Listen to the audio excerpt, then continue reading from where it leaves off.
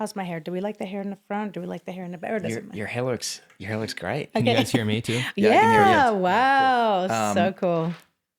Good. Are We're all you rolling. on the wide? Yep. Oh. Oh, dear. It's all good. Here, see? Weep. See, here, you hold that. Yeah. This is, Can I smell it? yeah. You want to take a sip? Try it. Oh, it smells good. May I? Yeah, try it. Sorry. I didn't shake it, but might be a little hot. Yeah? Oh, that tastes You amazing. like it? Okay, good. I do. Because it's my own, I make my concoctions of whatever. Do you actually like it? I or do. you just- No, it actually tastes like mud water, or you know what I mean? It tastes like, because I was subscribed for a while, but then I Yeah. got a little too expensive, and I was like, or I just kept stacking it up, Yeah. and I just had like 6 months worth of them just sitting there. So, but that tastes pretty good. That's what I have right now. I have, do you, gosh, can I put this right here? Oh God, yeah, go Okay. do your thing. Let me see. Yeah, do it. Okay. Don't worry. See, there's like covers there to protect. That'll see? be okay. Yeah. Yeah, that's what's going on with me. I have like 40 mud waters in my Shut the cabinet. hell up. And then they sent me this one because my mom had the subscription for a while. And then I was, I bought it once or twice. I turned her on to it. And then she just put my address in for her subscription because she had too many. So now I'm just getting all the ones from my mom, and there's too much mud water. Yeah, now you have to gift them because they do expire, no? Or maybe Do they? I don't know. I would assume. Oh gosh. Well, It's a good gift. it's a great gift. It's a really good gift. hello. Hello. Well, gosh, are we good, James? Yeah, we're all rolling and All everything. right. So. Welcome to the podcast. I don't have a name for this I was going to yet. ask you what's the name. I have no idea. What would you name it if we were thinking of Patty's Potty? Oh, I like that. I was just thinking. I was like, how can I miss your guys' names? It'd be Gosh. the podcast. What I'm going to do is I might just stick, Whoa, I'm just kidding. I'm still there. My headphones are going all janky. Well, I was thinking of just putting something on social media. Is there an official Instagram? There will be. Oh, nice. We don't have an official Instagram right now. So maybe we just, I heard that if you say, I don't know, they're probably messing with me. If we just say watermelon and you dub over it, supposedly, it'll sound like we're. Yeah, what is that? So maybe we're like, welcome to, Watermelon. Oh, like- Watermelon. and then you can just dub it. Thank you so much for coming on the Watermelon podcast. Thank you for having me. That's what they do with extras, right? Like they just say watermelon over and over. Yeah. Watermelon. Exactly. What? What? It's so funny when we're shooting and we have, wherever we are, if we're in the police station or we have all these extras. One of my favorite things to do is to watch them do their thing. Yeah. Because they're really good. They are good, yeah. It's so awkward to sit there and be like, Yeah. and like, it's much easier to do improv and be like, I love that shirt, you know? Oh my God, thank you. But do you ever find yourself watching I do. the cops? I do. And you're like, I could never do that. It's crazy because some of them are actually like, they have like 2 jobs and they actually do work in in a police office or something. So it's like I'm like, oh wow, they're the real thing. Yeah. I bumped into a couple of those guys Yeah. and they're like, when I was a rookie. Yeah. You know? Yeah. Especially the guys who do, who ride the bikes when we do scenes in the shop. Oh yeah. You know, Yes. the bald guy. Or the mustache guy. The mustache, Yeah. those guys. On my first day, when we're shooting, in downtown Los Angeles, and I have my clip that holds my tie. One of the guys, I can't remember his name, but he's bald and he wears the glasses. He has got kind of thick glasses. Is he the really tall one? He's super tall. We should know his name. I know. It's okay. Watermelon. Watermelon. So I was with Watermelon. Yeah. And he comes up to me and he goes, he's like, fucking rookie. And he takes the thing off and he's like, you don't wear your thing right there. And he like moved it down and stuck it in. And I was That's like, amazing. I was really like, scared at first. But as we like started hanging out over time, he grew on me a little bit. Oh, what do you I mean? grew on him. Oh. I grew on him. He grew on me, I guess. Well, he just loves giving me a hard time. He probably doesn't give you a hard time. Really? No, I don't think he's ever done that to me. I don't think he does. I think he gives me a hard time on purpose. Shut the hell up. Oh, yeah. I feel like maybe that's something we could also, you could have used, like someone doing the same thing to you. It's like, oh. Yeah. Well, it's the whole thing is, it's hilarious. The whole script is written around giving me a hard time. Yeah. Especially with the lying. With the what? And with the lying. With the lying. Yeah. And then in real life, they give me a hard time. No, stop it. What was when you first got on the show? Mm-hmm. I remember you telling me about Selena Gomez. Oh my God. Oh yeah, I did. That was when I first met the whole cast. And as my character, I was supposed to introduce myself as Celina Juarez.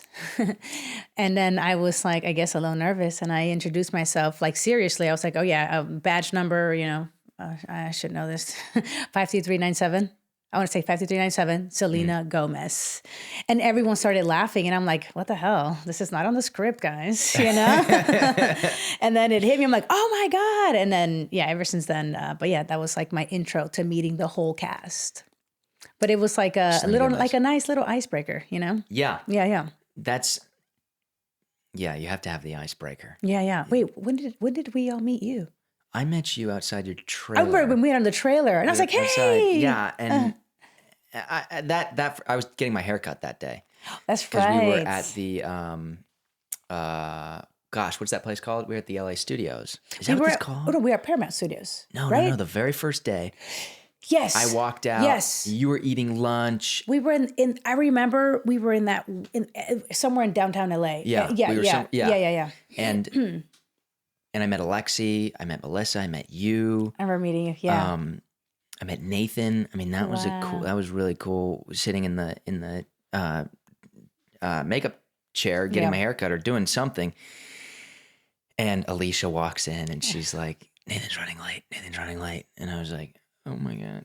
Okay. And I'm still sitting. And then he comes rushing in and he was like, hey, great to meet you, kid. I've heard all about you.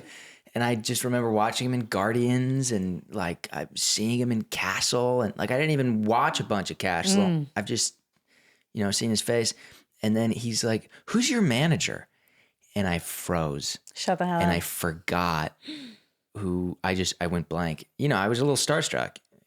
And the same thing happens to me. Did you get that? I remember, that's so funny you say it. So I do remember hearing about you before meeting you.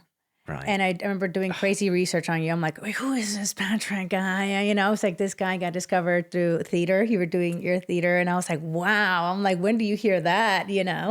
So I did hear. And then I instantly like just looked you up on Instagram. And I was like, oh my God. I'm like, I can tell this is like, I pictured you. It's just like it just like fit, And I didn't hear about Derek yet. We heard about you first. And then I was like excited. So I had already done a little research before, right, like meeting you. So I was like, oh my God, that's him.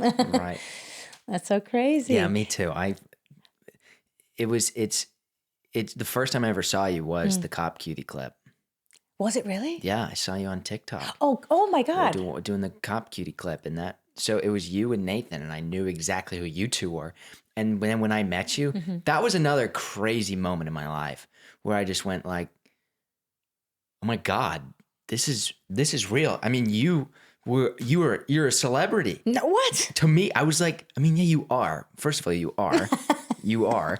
And second of all, I was like, it's just hard to explain. I can't justify my emotions. That's so crazy. No, but it was a good moment. Yeah. It's weird seeing people on your screen and on your TV for so long, and then you actually get to meet them. Mm-hmm. It's a very special experience. Yeah. Yeah.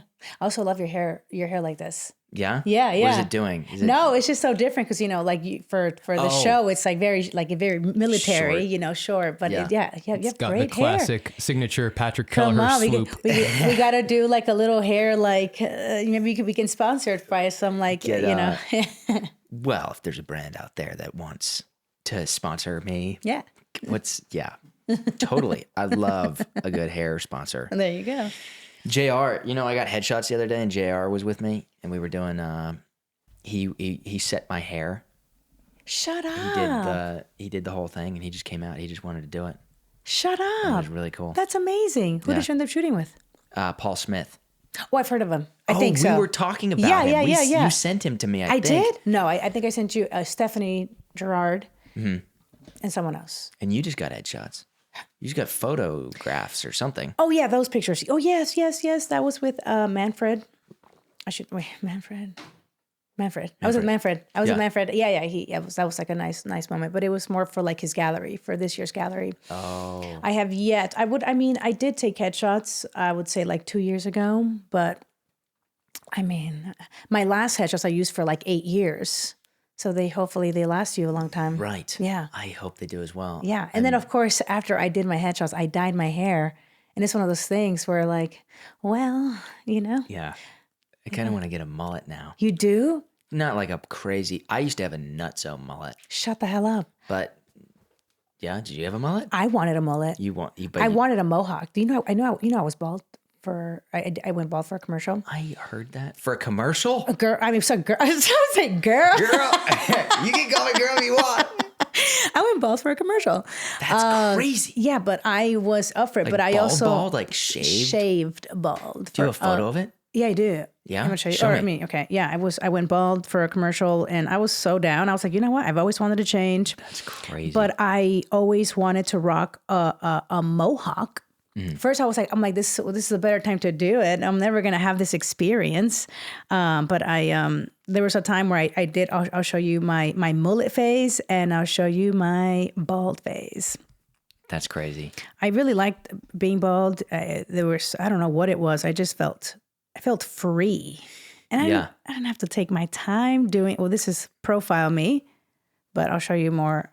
Oh my God. It's crazy. Yeah, you look great. You like, check that out, James. Yeah. This is my screensaver. That's my girlfriend when she shaved her head. Stunning. Shut the hell isn't up. That great? Because she's so beautiful. When we went to Africa together, we shaved our heads together. Shut the hell up. I told her that I was shaving my head, which isn't, for guys, it's not as big of a deal. Yeah. We kind of just buzz our hair and Wow. it is what it is. And she was talking about like how she said it was a rite of passage and it was like very powerful to be a woman with a shaved head. Yeah. Wow. Yeah. So. And you guys did it together. Yeah, we have like a 20-minute video of us Shut up. shaving and like crying and No way. It was actually really fun and interesting to watch. Like she was very emotional while she shaved her head. Yeah, I can only imagine. Yeah. That's why, I mean, when they shaved my head, I only had one shot for the commercial. So my tears were, it wasn't here. They were like, we need to do it. Because apparently they had casted someone originally and she backed out last minute. So they did a whole recast, went through like 5 different like callbacks. And then they're like, are you sure? I'm like, you can shave me right now. I am there, but then they were like, okay, we only have one shot. We're going to do it. I'm like, okay. And they film you while they're shooting. Yeah, it was like one of those things. But then you see the commercial, and I mean, not to talk crap, but I'm like, I could have totally worn a bald cap, but it's all good. They wanted the real thing. That's fucking crazy. But it was a good experience. Yeah. Yeah. What about Emma? Did she like it after? Did she rock it for a while? Or? It was for a while. She just kept cutting it, and she'd keep it short. She liked the short. But yeah, I mean, after it's now growing out long. It's I don't know. I can't really speak for her, but I imagine some with shorter hair. It's like there's beauty standards. And that's what she was fighting for a really long time is the standard. So, I don't know. I like her whichever way she feels good. It's like it radiates, and I'm like, cool. I like that. Yeah, she has like a very beautiful face, so she can rock anything. Yeah, right. Yeah. Yeah, no, Yeah. she can. Yeah. So I wanted to ask you a little bit about where you've come from, how you got going as an artist. Yeah. Where did it all start? begin? Where did it start? It was not acting, I'll tell you that. Yeah. It was, I originally, my dream and my passion and my first love was dance. I thought I was going to be a professional dancer. And I was like, this is it. I found my calling. I'm going to dance, going to be a professional dancer. And that's what I'm going to do for the rest of my life. Didn't really go as planned. Didn't really have, you know what I mean, have the support. And then I had like a dream, a goal where it was going to be, if dance didn't work out, I was going to be a singer. And if singing didn't work out, I was going to do acting. I didn't do singing, but I made, like, my parents took me to like a whole like intervention. I had an intervention for like a month. They were like, this is not it. You need to have like a real job, you know? And I was like, fine, you know what? They wanted me to go back to school. So I'm like, I'll go back to school, but I'm going to major in theater and I'm going to become an actress. And they're like, it's the same thing, you know? That's when I sort of made the transition. I went from like, my, breakup with dance. And then I decided to pursue acting. Yeah. Mm-hmm. What was that like with your parents? At first, it was just, they didn't really have like the vision for it. They were just like, they don't understand. For them, it's just like, you need, like, what do you mean you're like doing something, but where's the money? I'm just like, well, it's what they call the sweat equity. I got to put in the work and then you see the money, you know? Right. But it was something that it took a while. And when I got my first, and then I learned a lot because I didn't really, although I was born and raised here, I just didn't really have a lot of like friends in the industry. So I figured, oh my God, as soon as I get an agent, that's it. You know what I mean? Like, I'm gonna make it. Yes. You know what I mean? Yeah. I'm like, that's all I needed. And then I got representation. And then I kind of went through the process of like, I think I went out twice in 1 year. Me thinking they gave me one too many because they say all you need is one, and I'm like, I got 2 in 1 year. So that you got 2 auditions. Oh, for my first agent that I ever signed 2 with. auditions in 1 year, and I thought that was normal. How old were you? I was. I don't want to expose myself. Watermelon. No, but I thought that was normal until I started, kind of like interacting with people in my theater class in college, and they were like, "Wait, what? You need a new team. You need to be going out like a minimum of X amount of time in a week." And I'm like, what? Yeah. That's a thing? So, but what I will say is for the first, I would say like couple of years, maybe like 3 years, I did not see anything. I didn't book anything, but I figured, it was, but it was like a learning process. But so for my parents to see me kind of like saying I'm an actress or pursuing or I'm trying to be for like 3 years and nothing's happening, it's like, right. So when are you getting paid again? Like, what is this? What is this thing? You can't just, you gotta have a real job, you know? So I did. I worked at Best Buy for like seasonal work, and then Best Buy rocks. You too? No, I didn't work there, but we're a Best Buy family. No way. We love Best Well, guess Buy. what? I did everything there. They didn't know where to put me. I was a greeter. I was the one saying, welcome to Best Buy. You're the best greeter. Goodbye. Welcome to Best Buy. And then they put me in sales. I don't know nothing about sales, but I guess maybe my acting career started there. Yeah. I was like, I don't know. People would call me. And so don't trust customer service because you might get someone like me. I'm like, hold on. Let me just Google something real quick. What's better, But did a cashier. People trusted me with money. Did you, when people would ask you questions, because I get that when we all have to call Apple and ask those people, hey, what's going on with my thing? And they always, there's always that pause of like, hold on, let me just. Yeah. Are you just Google searching? That's it. And you're just like looking at a Reddit article? They'll ask me like questions. Hey, I wanted to buy this X555 camera. I'm like, damn it. You know, as they're talking to me, I'm like typing in on Google or typing in like just kind of like going through like threads. And I'm like, actually, I think this is better because, and I'm just like reading off the computer. So that is so funny. yeah. That's what they all do. Yeah. That's probably what they all do. Well, that's what I did. That's because I was seasonal. People are always in and out, you Right. know, and then,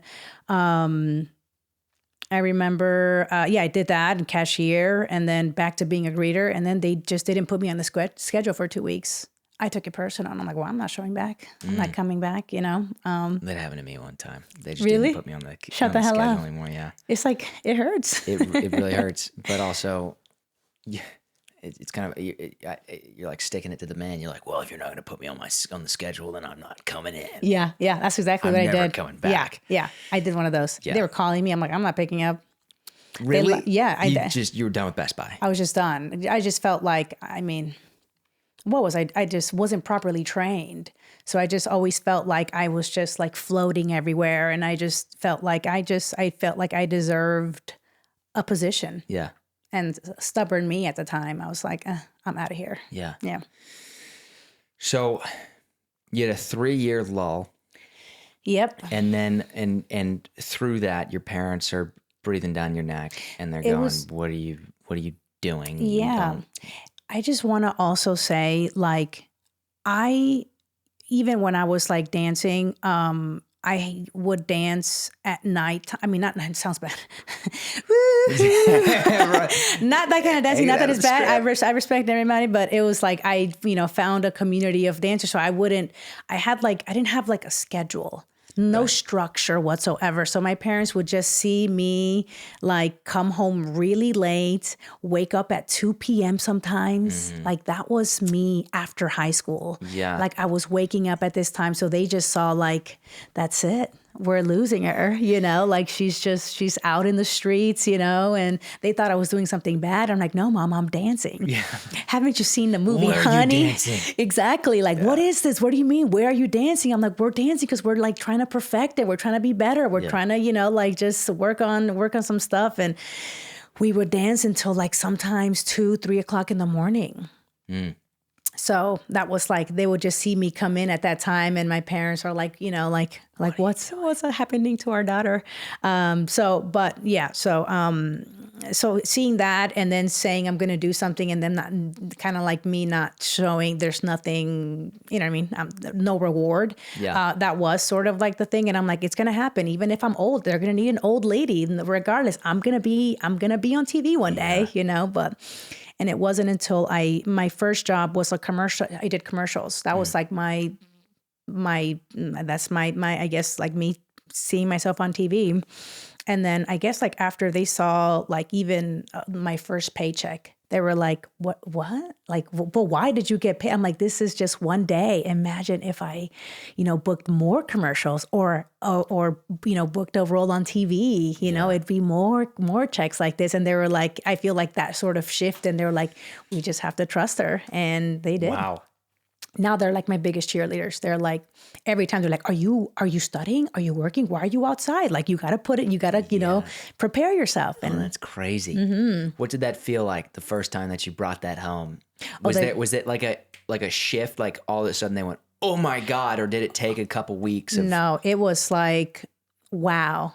Like our daughter, you know what I mean? She's an actress. Our daughter's an actress. Did you see that commercial? Yeah, no, that was great. That was like my break. Or not my break, but like my, like my first. The like, proof that it can happen. Exactly. That it'll work. That's awesome. Yeah. And how long, how much time was that? Was that 3 years? Was that the 3-year thing before you finally booked it? Yeah, at first I didn't really book much, and then I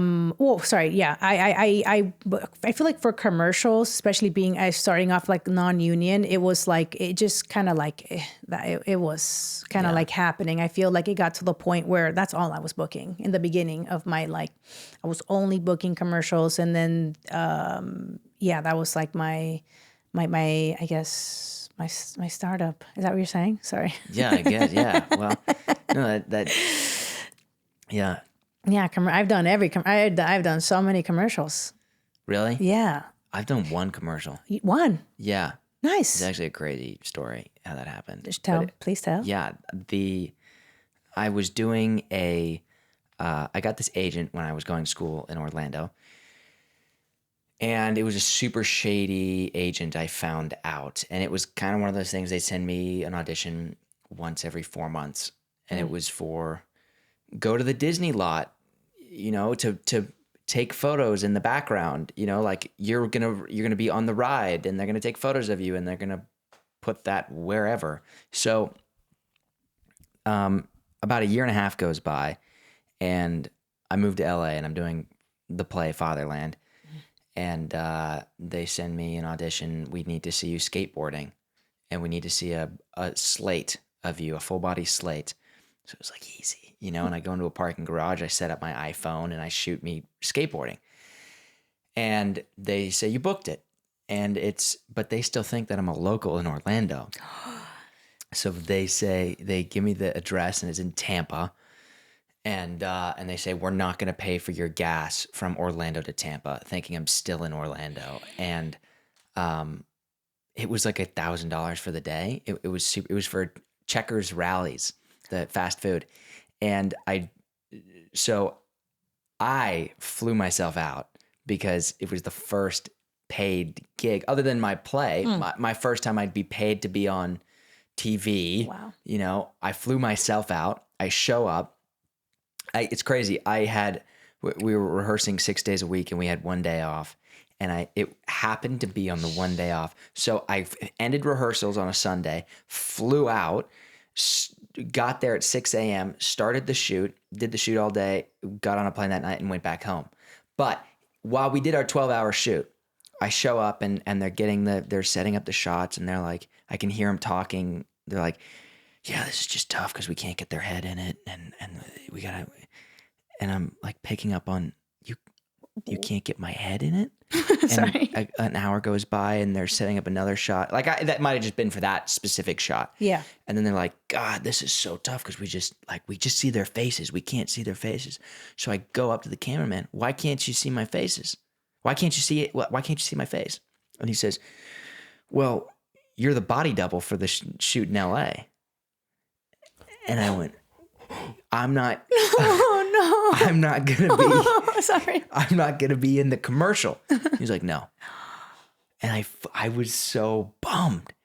So I go up to the producer on set, the line producer, and I say, dude, nobody told me that I wasn't gonna be in this commercial. And they go, well, your agent didn't tell you that? And I said, no. I was told I was booking this commercial. And he was like, yeah, no, sorry, dude. And I said, you're going to shoot in LA though? He says, yeah. I said, well, you know where I was this morning? I was in Los Angeles. I put myself on a plane to come out here. I'll help you out. Skip the casting process. Put me in your shoot.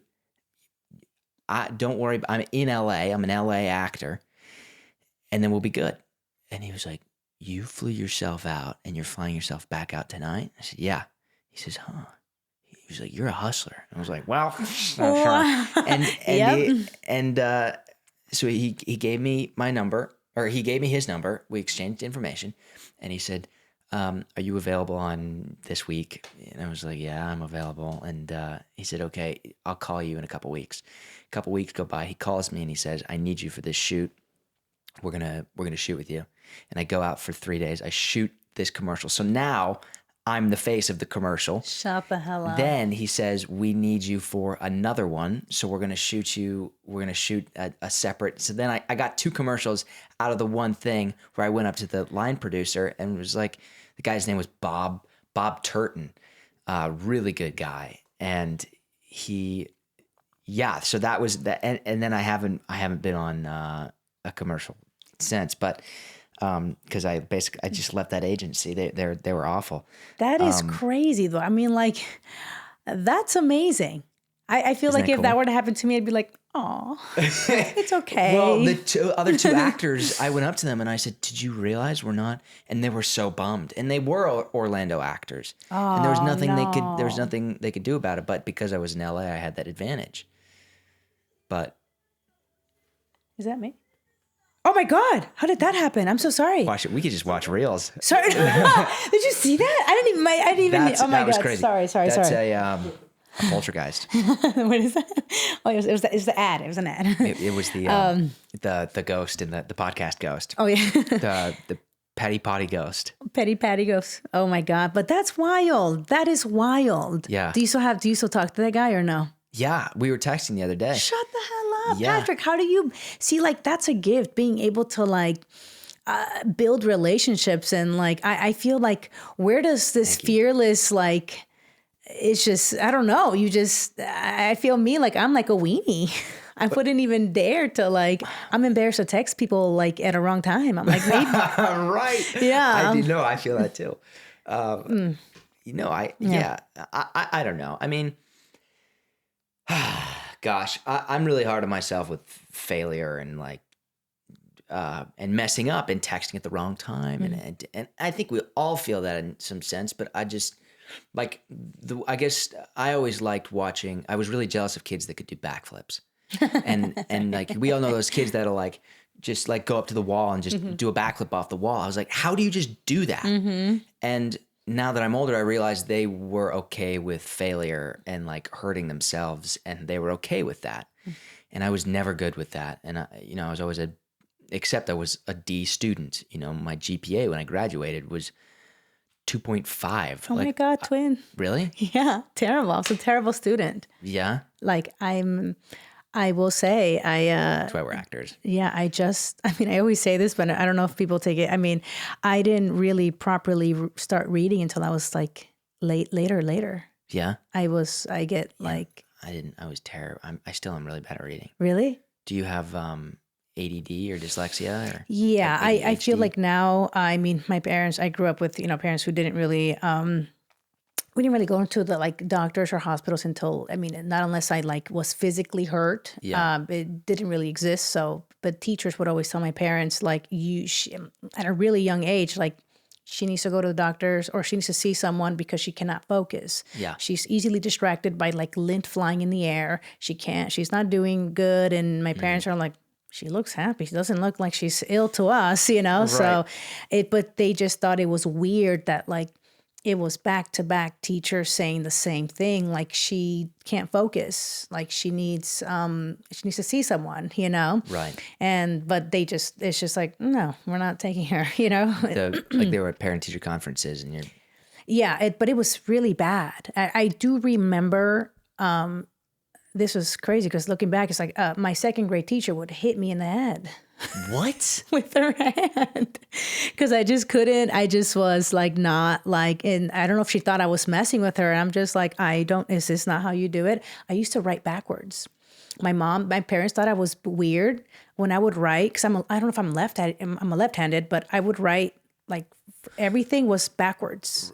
So I would write like it wasn't right to left. It didn't feel natural for me to write from like left to right. It just didn't. So me naturally, everything I would see, I would like I would do it backwards. Oh. So I would write from right to left.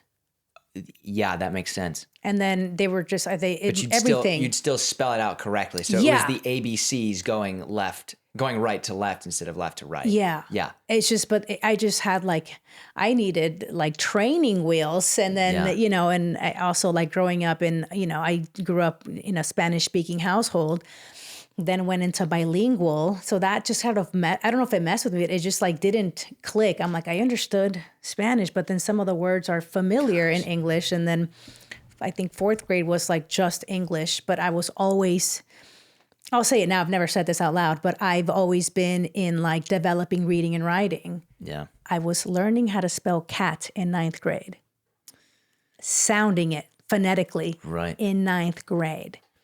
Had grew up having like the same kids in my class, and then 9th grade happened, and it wasn't until I transferred into like a different school, didn't really have that type of like I guess developing reading and writing. So 10th grade, it was like I went from learning how to spell cat to catastrophe.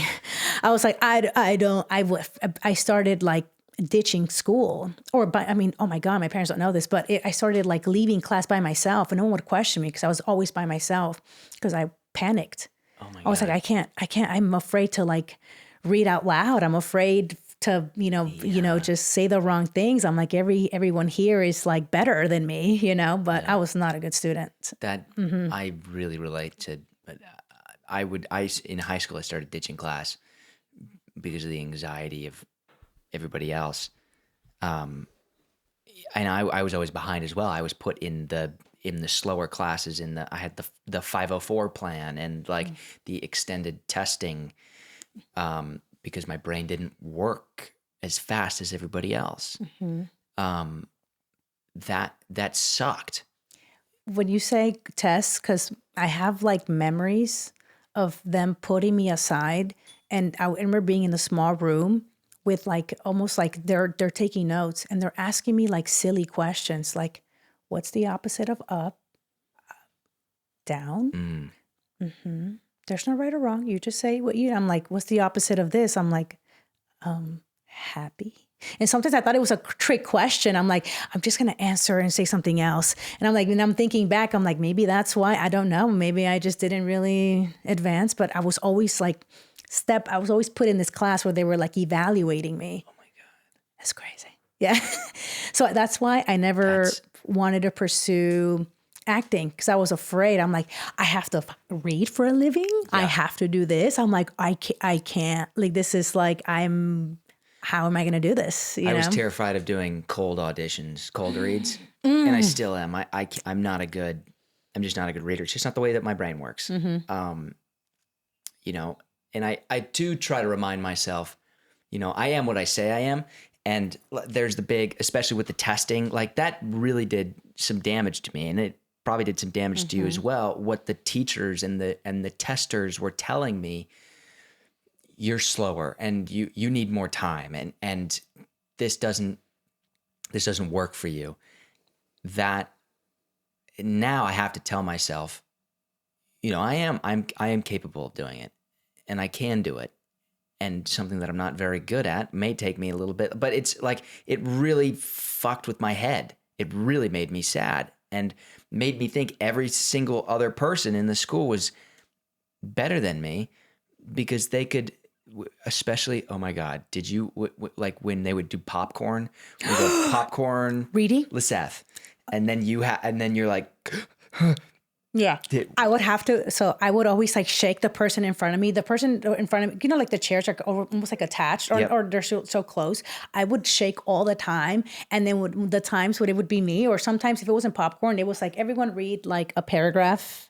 So when it was like my turn, I would like pre-read it before, and I'm like, fuck, the person in front of me read 2 fucking paragraphs, and I'm like, now I got to read. So I would like pre-read a little bit. Prepare. Cause I just like, I don't know what it is. I'm like, I feel like when I read by myself, I could read it. But when I'm out reading it out loud, I'm like, ugh. Oh my God. It's not flowing. I'm like, what's, I'm just like reading, and I'm like, some of the words. Also, I want to believe, I don't know, I haven't been diagnosed, but like sometimes when there's too many little words next to each other, I can't read it by seeing it. I have to like memorize it, because my brain they're too small. Like like I'm like, ugh, I have to memorize it and then go to the next word. Yeah. It's a weird way that my brain has. That is interesting. But I've also, it's crazy. But I also learned how to write in English by memorizing the words in Spanish. What? Explain that to me. So I remember the first word I learned how to spell was house. Right. It doesn't sound, and you can't, it's, the whole like sounding English is very complicated. Right. So I learned how you spell it in Spanish, because when you speak in Spanish, it's like everything's written how it sounds. Yeah. So I'm like, house doesn't sound, I can't pick, it doesn't match with how I'm sounding it or writing it. So in Spanish, if I read the word in Spanish, it's Jose. So I started really like reading everything like through like the vowels and everything in Spanish. So I would memorize whenever we would have like spelling quizzes. Yeah. I'd be like, oh, house. I'm like, oh, Jose. Jose. Yeah. So yeah, and you do it. That's everything. I do that. I've done that a lot, and I'll do that with my, like, I'll be, where's my pajone? Where's my kniffy? My mom would always do it. She'd go, because I think for our brains, we need that. That's just how we work. And there's so many things, like so many words that I can't think of right now, but Yeah, no, that was like a crazy thing where that was like my deepest, darkest secret. I'm like, no one could know. But I felt like I was working overtime because I'm like trying to memorize it in Spanish, but I was like, I feel like I was confusing my brain like more. Yeah. But it's the only way, I feel like it's the only way I could pass is by, I need to learn how to, spell these words. So I'm just going to memorize it in Spanish. When I got officially tested for the very first time, I was a junior, and we got our results back. I got my results back, but my mom was doing and one of the things that she said in her notes, it was a 25-page thing. I probably should reread it. And it was saying, Patrick has worked twice as hard, 3 times as hard as the average student to do what they need to do, because it doesn't just naturally work, and I'm doing little systems in my head, like what you're doing, of my own thing, even memorization to this day. Like I used to, now I've simplified it, and it's, I no longer highlight, I no longer write, I get the thing and I sit there with the script, which is really tough for me to do. Cause what I would used to do is I'd print it out, I would cut it out, I'd have to glue it to a separate piece of paper, and then I would highlight it, and then I would write everything, and then I would take that, and then I would photocopy that, and then I'd print that out, and then I'd probably want an extra copy of that. So before I even like sat down and like actually memorized. Wow. And I don't think that's a great example, but it was those things, reading in the class, all the things, the math equations, the times tables. For the very first time, I was on my run. I was training for this marathon, and I'm running, and my times tables always killed me. And I could never do the nines. The nines was the hardest one for me. And I'm running. This was like 3 months ago. Oh. And I start going, I'm going to do my nines tables for the very first time. Like, I'm going to count up as far as I can in my nines in my head. Wow. Which probably sounds pretty stupid to some people, but for me, it was such a monumental task. And I learned the pattern, which is like you take like 9, 18, and it's just taking one off the end, and then 27. Like, now I'm tripping myself up talking about it, but technically I figured out the pattern, and I counted all the way up to some number in the 300s. And I can't believe I got there. And I was like, I was euphoric. I was elated. Wow. And then I said, I'm going to count back down to 0. So now I'm counting all the way back down. And I know that 81 is 9 times 9. And I got to 82 on my way down. So I had to count. And I'm running. I'm like, now I need to count all the way back up to find the place that I messed up on, then turn around and count down. Hell and I did it. Up. And that was it. It makes me emotional talking about it, and it's so weird. I told my family about it. I told everybody, but that little public school inside of me is like telling me,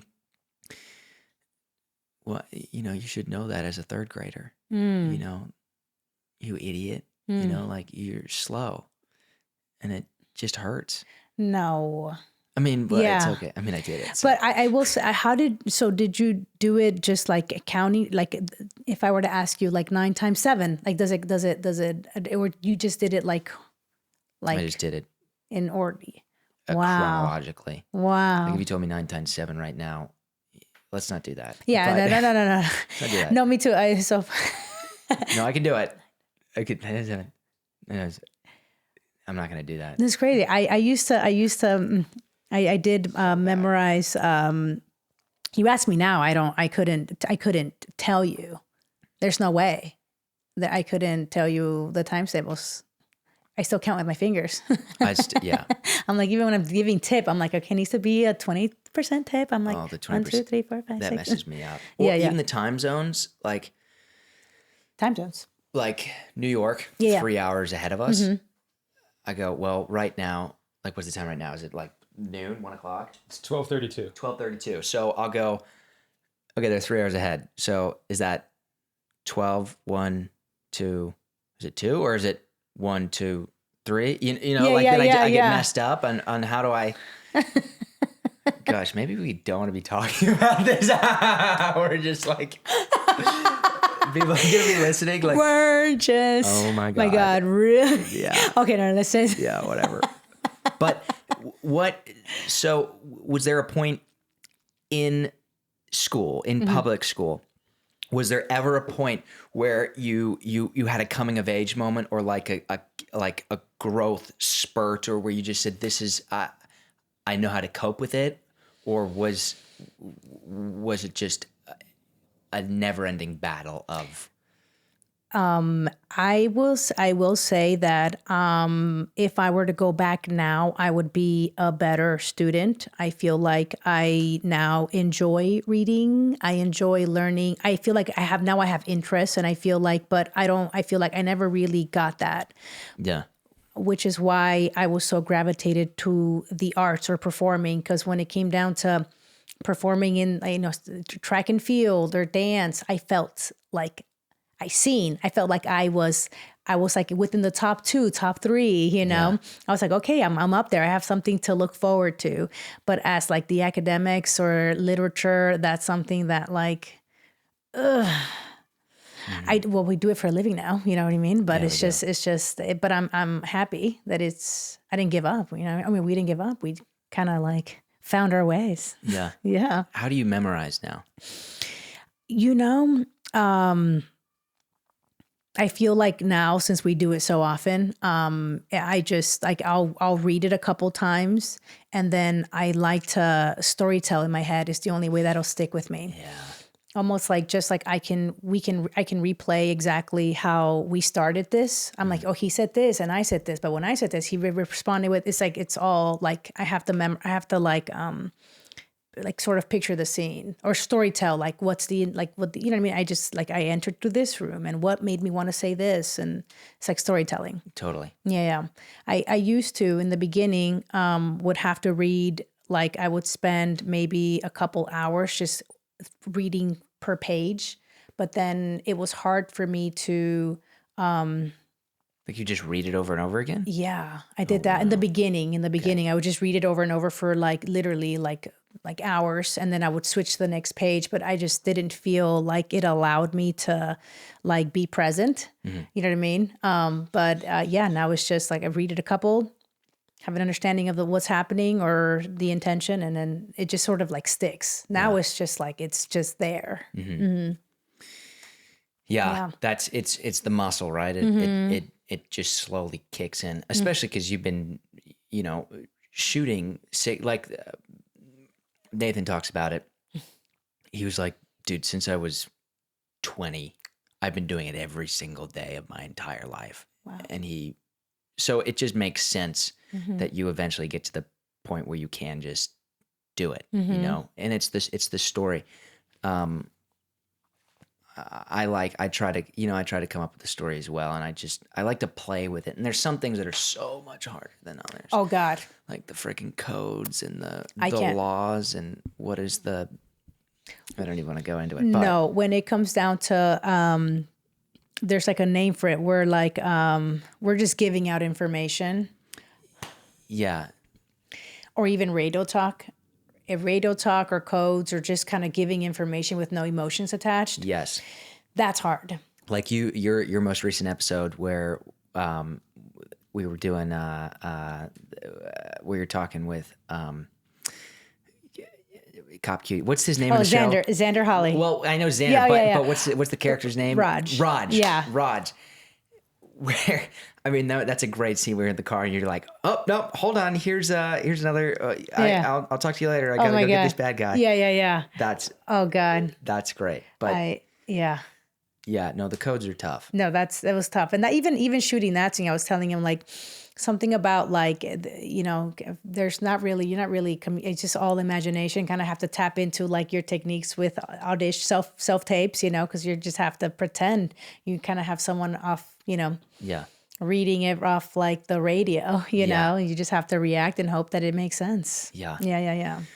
When I was in when I was a junior in high school, I did the show called The Adventures of Huckleberry Finn. There was Big River, The Adventures of Huckleberry Finn, and that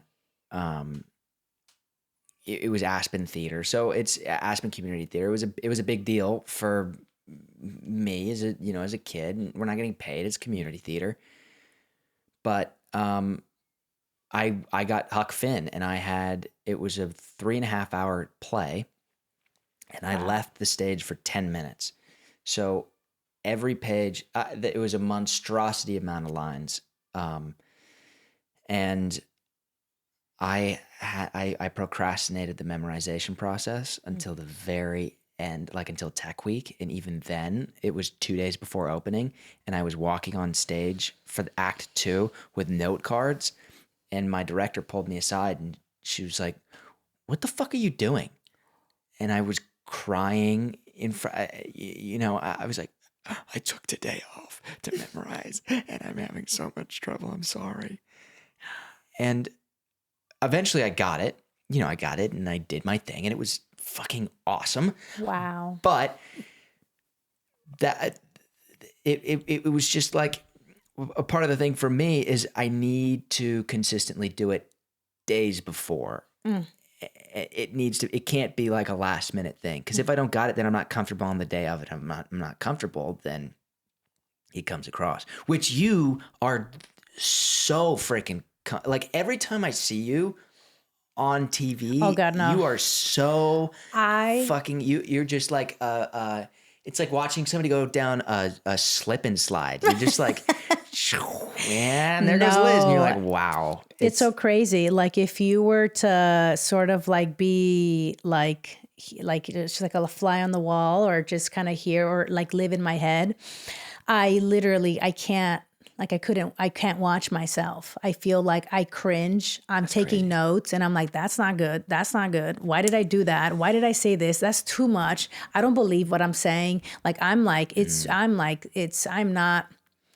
That's another where I'm like, I'm looking forward to, hopefully, if it is a thing, for me to feel confident about I literally get like anxiety. Yeah. And I'm like, it's okay. I'm learning. There's always room to work on myself. Gosh. So even you saying this, I'm like, oh no. Yeah. I'm like, I need to just let you know that's like, I got a lot of work to do. Yeah. Yeah. So you told me you watched the episodes twice. Yes. Do you do that to help yourself and take notes and learn from what you're watching? Mm-hmm. So for the first time I watch, it's like I'm watching it for the first time. I'm watching myself for the first time, or watching the episode for the first time, and I'm like, ugh. And then I was like, let me just watch it again, just to make sure if what I saw was right. And then I'm like, I watch it with like just I already seen it, so let me just watch it as like I guess a fan, Yeah. And no, I take mental notes, a lot of mental notes. Like I'm already like thinking of like what I'm gonna do different for the next season. Yeah. Yeah. It's crazy. I'm like, it's not. I'm like, literally, there's times where I'm like, are they gonna fire me? I hope they don't, because I did not do good there, No. But yeah. My managers, we were sitting there, we were building my reel, and they were like, they were talking about you a lot. No. I'll just say that. Yeah, they were talking about you a lot. They were like, I can't believe she's still around. no, they weren't saying that. They love you, and Emmy loves you. Oh, I love Emmy. Yeah, I mean, you are so effortless, but I understand what you're saying, and it's crazy because back in the day, with no digital, like it's very easy for us to record a video and then look back at it. My entire life making YouTube videos and filming myself and doing all this stuff, I'm always looking at myself. I just watch myself. So I kind of am already okay with that. But then when it was on TV for the very first time, I think my first episode and my second episode were pretty good, but my third episode I was not very proud of. And the fourth one I was not very proud of, because we're talking to each other right now, right? Mm-hmm. And if this was a movie, we'd be like, wow, they're so good at acting. They're so grounded and real. And there's some things that I'll say or somebody will say and I'll respond to it. And I'm like, I would never say that in real life. You know, it doesn't come out of I want it to be so pure and genuine. And those are my notes. That's my biggest takeaways. How can I be more genuine in everything that I say as Seth Ridley? And then it's tough because we get put into a certain situation, like I'm getting fired. And then how do I genuinely get fired? And how do I? So, but that's what I'm thinking about as I watch myself, how to be more genuine. That's crazy to me. I'm like, I hear you and I'm like, but it's just like, dude, I see you and I'm like, God damn. No. I swear to God. Yeah. Stop. And I swear to God, I'm like, you are so good. Thank you. So good. Thank you. Yeah. I really appreciate that. Yeah. No, gosh. How are we doing? How's the setup? Everything good? Yeah, everything's been going great. And you want any water? You No, want to do I'm anything? good, We all I'm good. Anything? We've been going for 55 minutes so far. Wow. God damn. Isn't that That's great? crazy. See how easy that is? Yeah. Doing that a is. podcast is fucking awesome. It's so cool. This is, I mean, honestly, this is, no joke. My first podcast, yeah. Yeah. Yeah. Even like interviews, I'm like, ugh. Even the Zoom ones that we've done. I think you did one where you were chatting with someone. I don't know who she is, like someone online or Zoom. Oh, yes, with the posters in the background. Oh, shoot. Yes. Yeah, that girl. That is the Who Let Us Out podcast. Oh, yeah. She does a lot of that was fun. Yeah. That was fun. She's really good at doing her marketing and social media. Yeah, that was great. I mean, I did something like that for I think it was like 20 minutes, but it was like back to back people for like 10 minutes. And I was like, I'm kind of sweating right now. Oh my God, can you tell? Oh, you see how nervous I am? Oh God. Okay. No, but yeah. No, it's you can see. No, you're seeing. No, you're fine. You're fine. Oh God. Are you okay? Yeah. But yeah, no, auditions and credit. It's just, I feel like I'm starting to hear it more often. So it makes me feel comfortable saying it. Just the performance or kind of like where, I mean, Yeah. No, it's, sorry. I forgot what we were talking about, where we were going. I know. That's okay. The cool thing is it's not live. Yeah. Oh yes. So oh we my just- God. so we Yes. just like this is all I go yesterday when we were doing stuff. Mm-hmm. Like I said, I was like, James, mark that. And then it gets cut out. So like here we're like, mark, and he clicks that button. So then when he imports it into the timeline, I know where it is. He knows where it is. So Yeah. then he just trims it and then it's effortless and it goes right back into the next thing, Wow. which is Look at good. you. I do need to go to the bathroom though. Oh my God. Yes. So let me go pee really quick. Yes. Do a Pause. quick bathroom break. Oh, so it kind of goes down a little bit. Huh? Sometimes it falls. So we just kind of Oh my God, that's perfect. Yeah? Yeah, because I want to kind of work on my posture. I try to get posture going. Yeah. I'm always trying. What's your physical routine or your meditational or like your wellness? What do you do? You know, I've learned to really make time for my morning.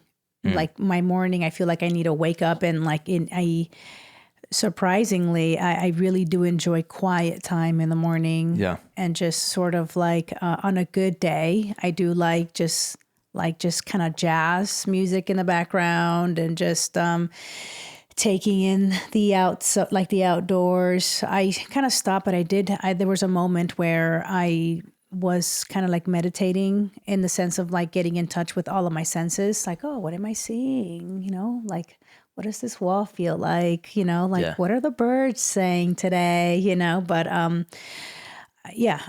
need to go back to that. But I do like to start it off in the morning. Yeah. Yeah. Even doing my bed. I didn't do that, but now it's like, it's part of like the routine where I'm like, oh, the quiet, let me just do my bed. How am I doing my bed? I like fluffing my pillows. And then as soon as I leave the door or my room, I'm like, you know, especially like now kind of like having your own space. I learned about me or I learn something new almost all the time, because I grew up in a household where, I mean, even growing up, we all lived in an apartment. All of my uncles, cousins, so I'm used to like the noise and the chaos. How many people were living in your apartment growing up? God, oh my God, it was my mom, my dad, my brother, myself. It was like, I think 3 uncles, and there was a time where they started having girlfriends, and then they started having kids. So everyone started like slowly, but that was like that's like my memory that I have. And then when my parents got a house, we all got a house. Well, everyone got a house. Yeah. Then everyone moved in, or, like slowly kind of like moving out. But I've always had like someone staying. It's like the starter pack. Anyone who needs help or something, they're like, hey, can we just stay there for 2 weeks? 2 years go by, they leave, and then somebody else. So it's like I've always lived in a household with like a lot of people. Yeah. Yeah. That's that. When I lived in Paraguay for 6 months, did I ever tell you that? You have like such an amazing life.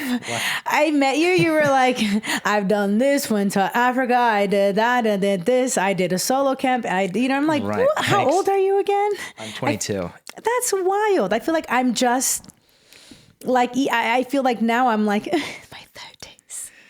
I'm like barely, kind of like scratching the surface, but you've experienced so much. Thanks. But no, now I'm well, adding. Thank you. Yeah. I thank you. When I lived in Paraguay, or with the Paraguayans,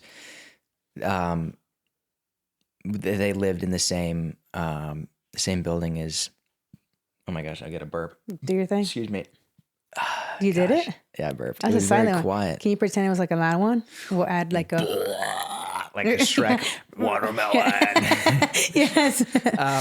They were in the same building as their parents. Shrek? My host, the family I lived with. Oh, sorry.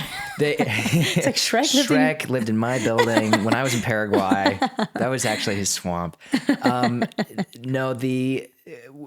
Just what I noticed about the Paraguayan culture and just a lot of the Spanish culture and the Mexican culture, like the families are just so close and they're always living with each other and they're always helping each other out, which we don't really necessarily do a lot in the United States. It's kind of like you have kids, they get older, they move out. Then when you're too old, you go to the retirement home. Like kids aren't, at least, we're not like, sure, move back in, mom. Yeah. It's like we have to have the conversation, guys, where we have to figure out the retirement home to put mom and dad in. That's crazy. But that's not. Yeah. No, that's not a part. It's usually, you just the kids sort of like someone will take full responsibility, or the goal is for like like either, hey, like who's gonna, even like right now, like my grandma stayed with us for like, for a long time. I mean, my aunt just took responsibility, you know what I mean? But my grandma has always, like, my dad or my mom took over like the main responsibility, but now my grandma is staying with my aunt, and it's sort of like, it's just the way it is. Yeah, exactly. Yeah. What do you see as the pros and cons of having your family, having your grandma stay with you, or just your family in general?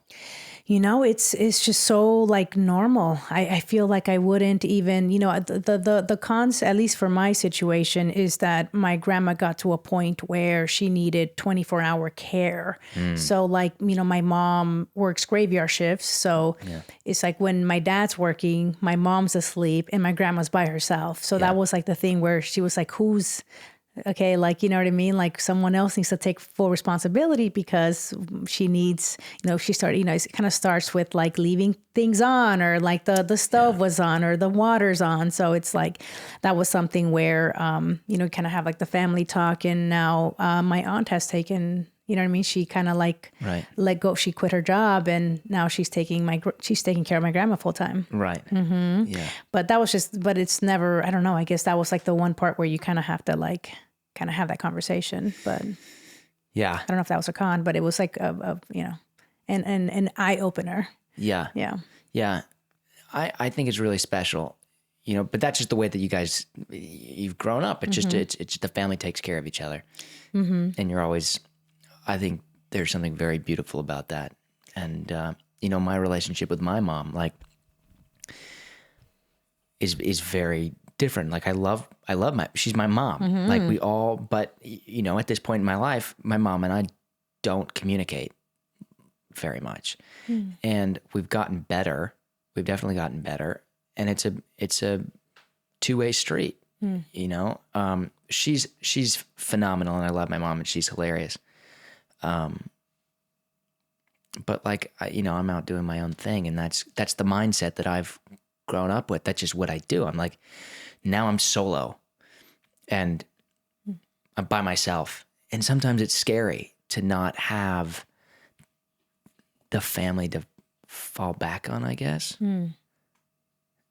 Not fall back, but to be there to support you. So. Is that something, is that normal? I don't know. Like, is that part of like normal within the culture or? I think so. Yeah. I mean, what do you think, James? Yeah. Yeah. Yeah. I think that's, at least a lot of my friends in college, like we had our good buddy, Luke Peretti. That was an example. This kid, Luke Peretti, I can talk about this. I think he's okay with me talking. Let's just mark this just in case. A good friend of mine, he got kicked out of school, out of college, and his dad was, and it was a stupid little mistake. Like it was such an accident. And he's a great kid, and I loved it. He was my best friend. He is my best friend. He's a good, fucking really good friend, and his dad basically was like, you're on your own, and he was on his own from when he started school, and his parents helped him out with college. Like he didn't have to, but his dad was like, well, now you're done. Now you're cut off. And he says, call me if you need anything, but you're on your own. And I watched him grow in the heat of it, in the struggle where he couldn't reach out to his mom. He couldn't reach out to his dad unless it got serious, right? Like, and you watched that too, James. Like I remember the day we were shooting a video and we were meeting James somewhere, and I called James and I'm like, James, he's not feeling very well. We're not gonna shoot today. And James is like, oh, okay, all right. Well, see you tomorrow then. We'll shoot tomorrow. Yeah. And then we never did. But is he good now or where's I think he's great. Wow. Yeah. And the thing is he figured it out. But with the like David Goggins, like I'm gonna take everything and just do it and just fucking go as hard as I can, we lose the support and the family, and we kind of lose that idea. And it's the tale as old as time. Like you get into your 60s and 70s and you look back and you go, if I could have told myself anything different, it would have been to slow down and appreciate the family and the friends that I have and stop trying to hustle so much. And we hear that all the time. Like we get the Instagram reels of like the man's on his deathbed and the one regret was that he didn't work as hard, but still right now, like I got to start my podcast. I got to do the vlog. I got to get all my acting roles. And I'm not listening to the slow down and the meditations in the mornings. And that is beautiful. I think that's really important to have your mornings to yourself. That how has that benefit you? And when you stop doing it and you don't have it, is there a change in your day? I feel like when I first started meditating, it was so hard for me to dive into my normal, almost like my normal lifestyle. Yeah. When I started meditating, I was like out on my own for the first time. I was like out in Chicago, and I was like, I've always wanted to dive into it, but never really found the time. Did it, and then I had to go back home to my family, and that transition was so hard because I was overstimulated by all the noises, all the movements. I almost became angry, and I was like, "Who is this? Who is this?" I'm like, you know what I mean? Why am I so irritated right now? Yeah. I feel like I need to lock myself up in the room and just breathe, you know. And that was like, it's crazy because I'm used to the noise. It's been like that my whole life. So it was crazy that like I experienced silence for the first time, and going back home was like, I was overwhelmed, and I was like, how do I do this? Like, why am I becoming angry? You know what I mean? Like, why am I so then there was that new practice of like learning how to like find the peace in just, things that I have no control of. Yeah. Like the breathing, even that, like, it's just like, I'm still learning, the power of breathing, but that was an interesting transition and then I couldn't, I'm still learning, but I do find myself escaping to the woods, or, you know what I mean? Like me just doing camping for the first time by myself, or I took my cat, but like, even that was like, oh my God, this is amazing. I wish people experience this. You know what I mean? Just kind of sitting there and like watching time go by, or just taking everything in, or like looking at the leaves, like, I'm like, I've never experienced this before, but Wow. I felt like they were two separate worlds. You know what I mean? And then same thing, even with our work, as soon as we get in, there's like back, there's like no time. You're like, okay, gotta do this. Do I have time to eat? No, I gotta do this. It's just like, so even that, like, I'm like, I have to like learn how to like find my space. Yeah. I like what you said about it's almost two different worlds. And you're camping for the very first time. When I first met you, I saw your Jeep and I saw your Instagram of you being a very outdoorsy person. I was like, wow, that's like, this is so cool. Yeah. When was the first time you started camping? Pandemic. What did you do? Did you picked a spot and went? I went with a group of friends, and I've never been to a national, I had been to Joshua Tree as like what is it? I was like helping, I was like a volunteer to help like, younger kids, sort of like kind of keep them in track, I just like volunteered, and I loved it, but I just never went back, Yeah. And then the pandemic happened. I'm like, well, I can't go anywhere. I can't travel, So I was like, why not just, go camping I started with like a group of friends, and I was like, oh my God, this is like amazing. Like, what can we do now? We started like, going on like camp or like trails, and like just even the new experience of like, oh my God, there's wildlife, or there's bears. Even that was like that adrenaline. And I was like, oh my God, I want to go camping like almost every weekend. Yeah. Like, let's do this, but that's where it started. And then from there, I got inspired to get my Jeep. I'm like, I need to camp all the time. Like, I need to have like the right car. And that's why I have like my roof tent. I'm like, no excuse. I'm ready to go. If someone says, let's go camping right now, or if I want to leave, I'm ready. You know? Mm-hmm. Do you have a tapu tent? I have a roof nest. Roof nest. Is it Tapeu? Tapeu, I think. Anyways. Yeah. James, look that up. Whatever that is.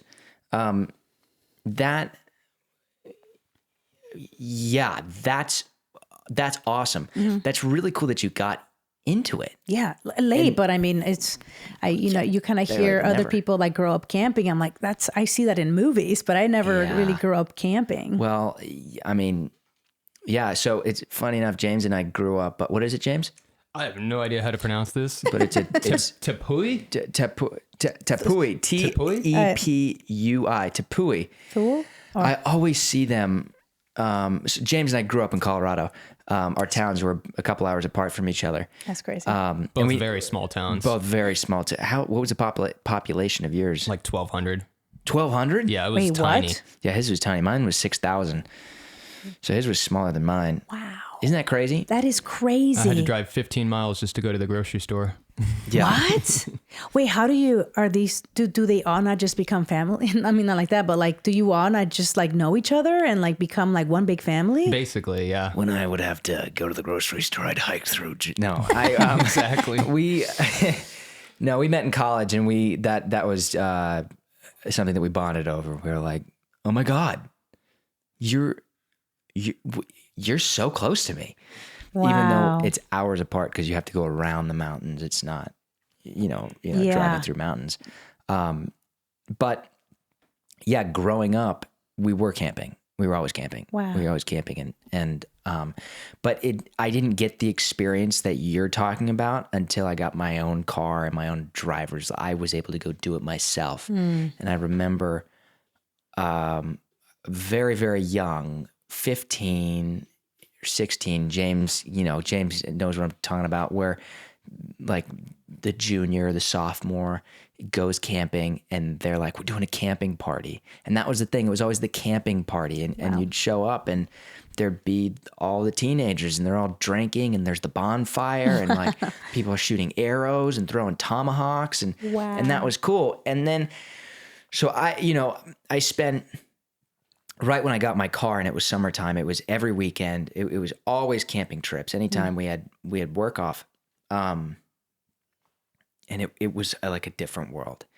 And it was the meditational experience that I try to find in my mornings when I meditate and in my evenings when I meditate. And it's really hard in LA. Oh God. I mean, sometimes it's kind of like, oh, if only I could be camping, if only I could be out in the sequoias or on BLM land. You know what BLM land is? Yeah.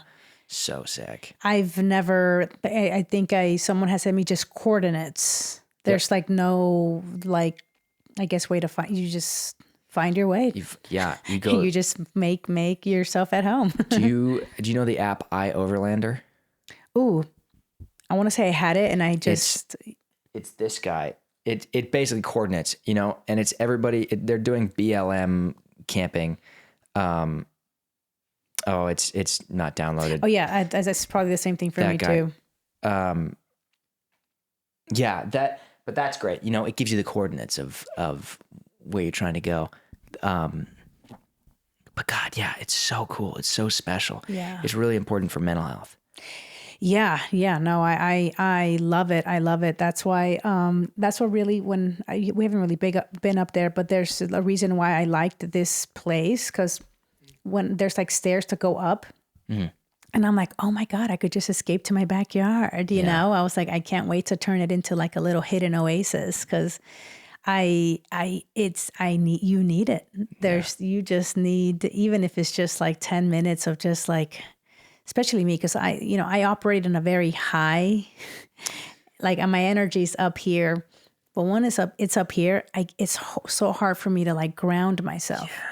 I'm like, I'm still working on it. Yeah. But yeah. Me too. Really? Oh my God. Yeah. Yeah.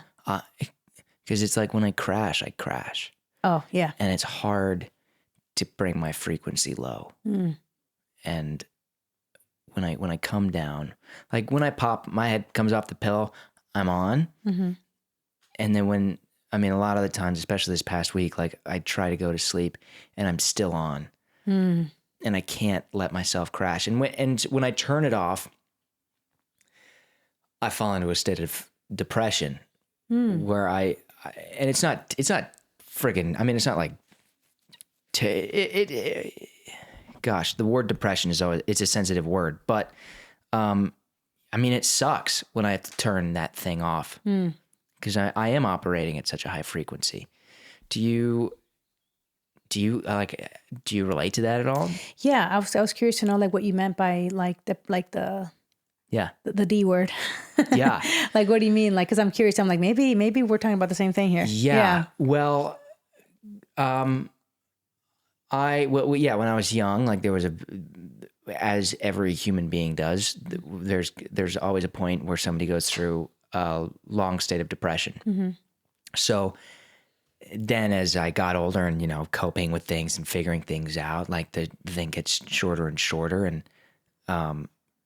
now it's almost like a point in the day where the depression hits me. But it's like right now I'm fine and I'm great.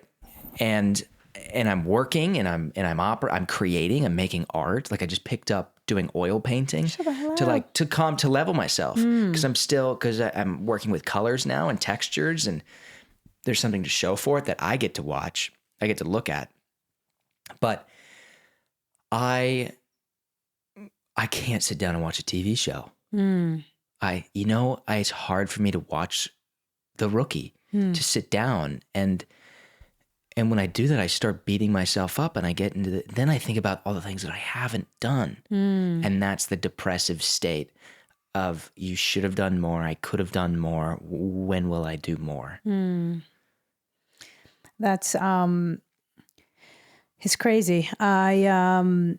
I feel like the older I've gotten, and like me kind of practicing of like, who am I, and like what's happening, like what are my feelings, what are the thoughts, why am I like, you know what I mean, sort of like kind of diving into that.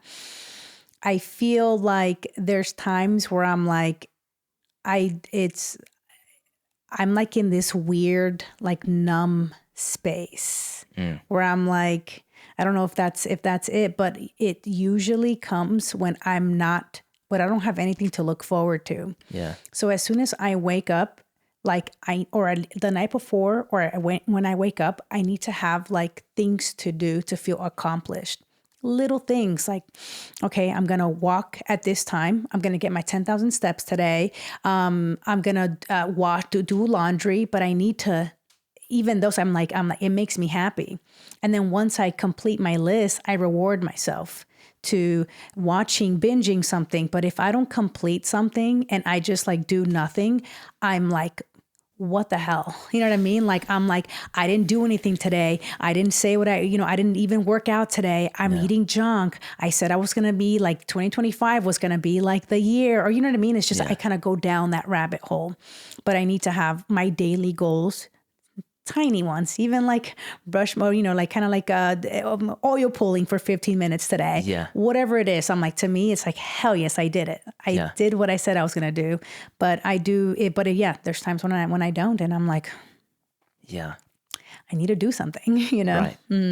Yeah. The constant state of needing to do something, especially when we're off during hiatus.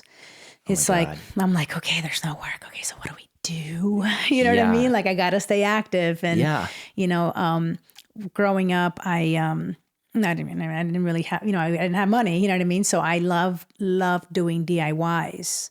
I used to even when I was little, I would make things out of leaves. I would go outside, pick up leaves. I'm like, okay, I'm gonna get coffee grains and I'm gonna make a card. I was so creative. I would do everything by hand. And then it's so funny how like you get older and you get money, you start making money.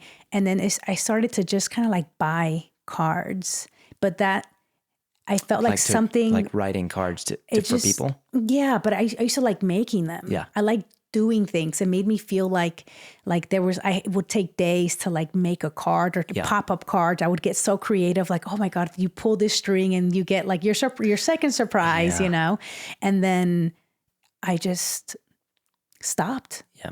And it felt like it robbed me, because that was like my whole childhood. I just loved creating and making things by hand, that like now I just buy things and I'm like, I'm not happy. Something's missing. What is it? Why am I not happy anymore? And I'm like, I have to kind of tap into just creating something. Yes. Super. I did a bunch of DIYs. Yay. I relate so much in that way. I would forge knives and stuff. It's funny.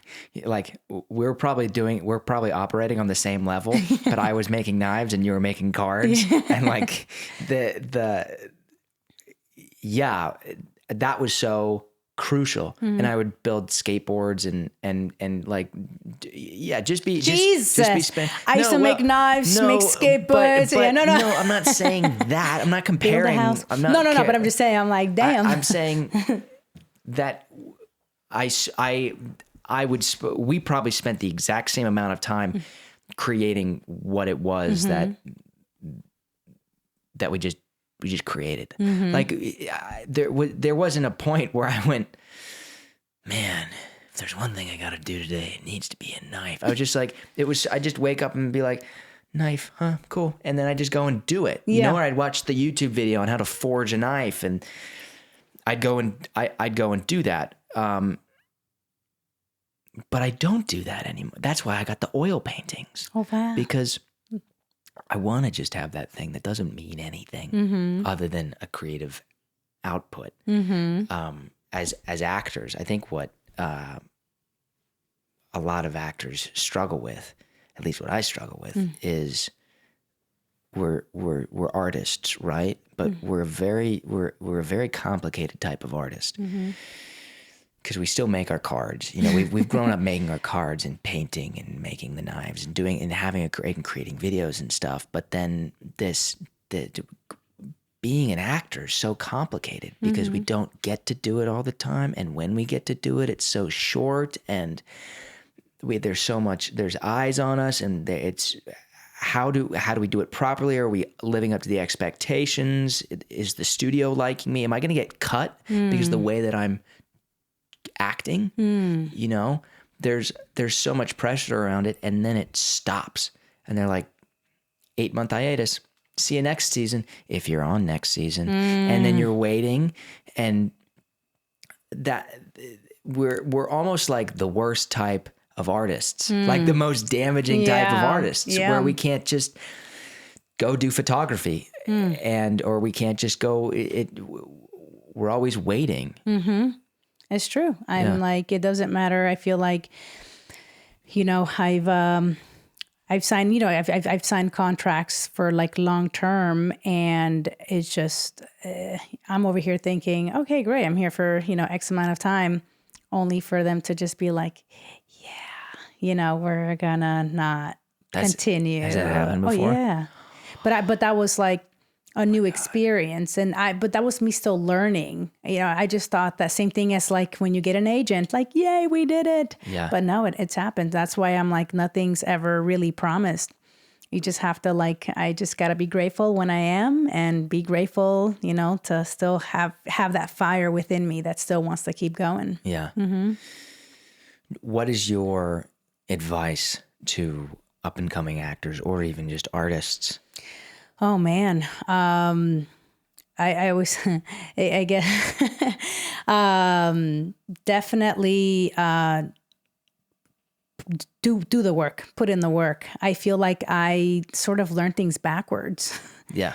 I feel you like wrote it backwards. I did. Exactly. It all goes back. Like, I feel like I, you know, had a dream of like seeing myself on TV, and then commercials happen. I'm like, the next goal is like, I want to speak. And then I got like one line. And then I just feel like I just sort of learned through being, you know, on, you know, a TV film. But a part of me wishes I kind of like learned like where everything began, like learned like the works in like theater, you know. Yeah. I didn't grow up in theater, nor I sort of did it again backwards. Yeah. You know what I mean? Where I mean, like I attended, like I literally, like after I was like working, I had so much, and I was like, I still felt like I don't know what I'm doing. Yeah.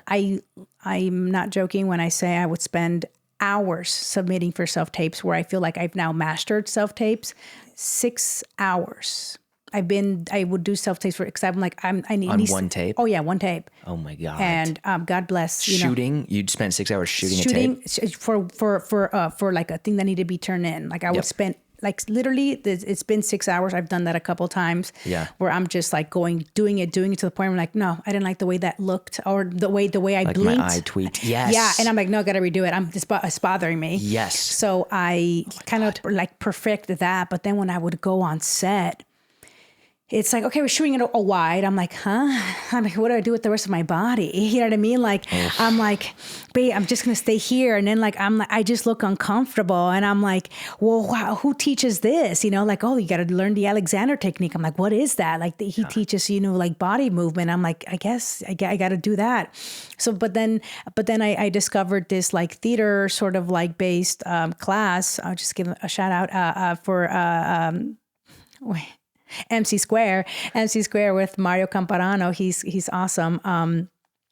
so it's just, this is me after I have had worked series regular roles, and I'm like, I need to do something, and then I went to like the theater, kind of like learning like the basics of theater, and I was like, the answer's all here. Yeah. You know what I mean? Like, I'm like, why didn't I do this to begin with? Why was I kind of like going based off like luck, or because I just turned in a good audition, So it really, even though I couldn't keep going because of the rookie, with the schedule kind of like up. So I kind of stopped, but I was like still trying to go even while I was shooting the rookie. Right.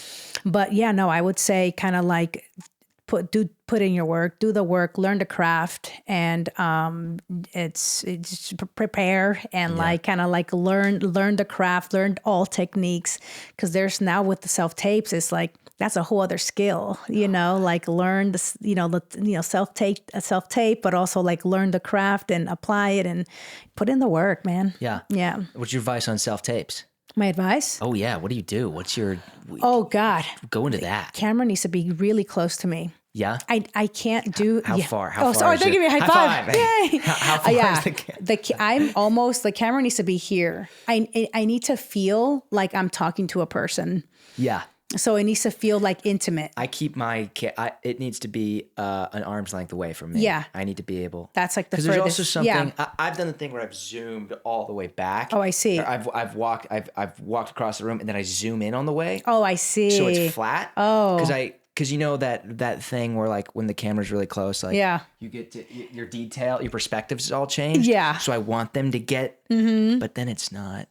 Anyways, keep going. Sorry, I cut you off. No. I'm that's something. What do you mean? Like where it distorts your face, almost like Severance. Like it changes Exactly. you. Like Yes. I've seen that. Yeah. I've seen that, but I've never done that. To me, the camera needs to be close, where it's like literally a little bit above and like all face. Yeah.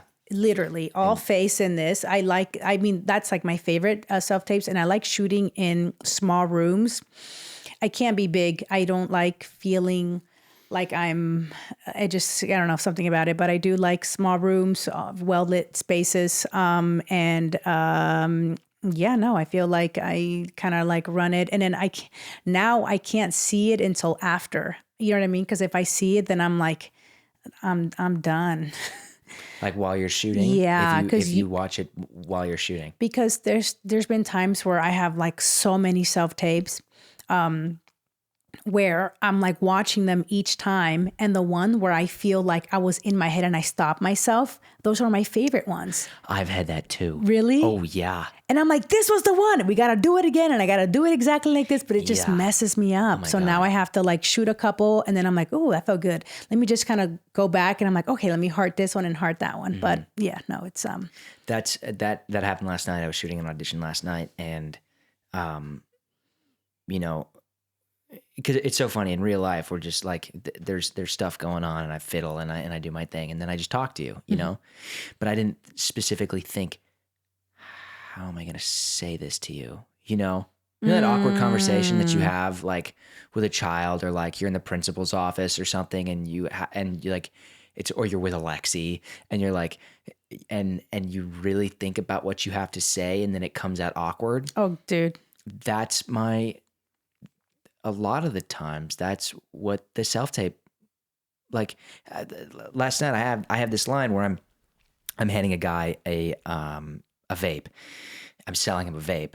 I was auditioning for this like bad boy drug dealer guy, and I hand him the thing, and I'm like, you gotta try this one, you know, and there was this take where I was like playing with it, and I was just throwing, with my reader, you ready? Okay, and I'm just playing with it. I'm like, okay, you gotta try this one. This one's that's great, yeah. And then I went into the scene, but then there was also times where I went, whew, you got to try this one. And the one that I watched back was when I just like fucked around and I was just fiddling with it and was like, oh yeah, you gotta try that one, you know? And then I tried to go back and that was the one I needed to do that. But I shoot mine. I've got really, really good people that raid with me. We should do a tape one time. Yes. It's not going to be 6 hours, but I got really good. I've got really good people that raid with me and that, you know, they almost act as coaches because they know what my potential is. And they go, no, do that again. Like there's something off and there's, that character that you're building. Yeah, but gosh, the self-tape is so interesting. Mm-hmm. Yeah. So How do you dive into like giving your character a personality outside of you, or what's like your process? yeah, gosh, I mean, it's so difficult for each audition that we get because we get the breakdown, right? And it's like one paragraph. It's like, this guy was damaged as a child and now he sells drugs. Go. What do I do with that? You know? And I've, especially coming from a theater background, having to ground myself with, remembering the camera sees everything, being real and being me. Like, what would happen if I went and I started selling drugs? What would I turn into? I'd still be me. I might be a little weird, a little schizophrenic. Like, what was it that I would do? So that's my mentality going into that, because it's not a whole, until, right now I can't be marketed as a character actor. I can't be doing the Daniel Day-Lewis roles because nobody trusts me with that yet. They will be able to, and I definitely do have the potential to do that. Yeah. Fuck yeah. Yeah. And you do. Yeah, we all, we all do. But as of right now, where I'm at, I need to sell me. And me as a drug dealer. So that's kind of my process of like, what do I look like? And then the other one, the grew up in a very privileged family and is valedictorian and quarterback, but his girlfriend's breaking up with him, and this is the one time something went wrong in his life. Go.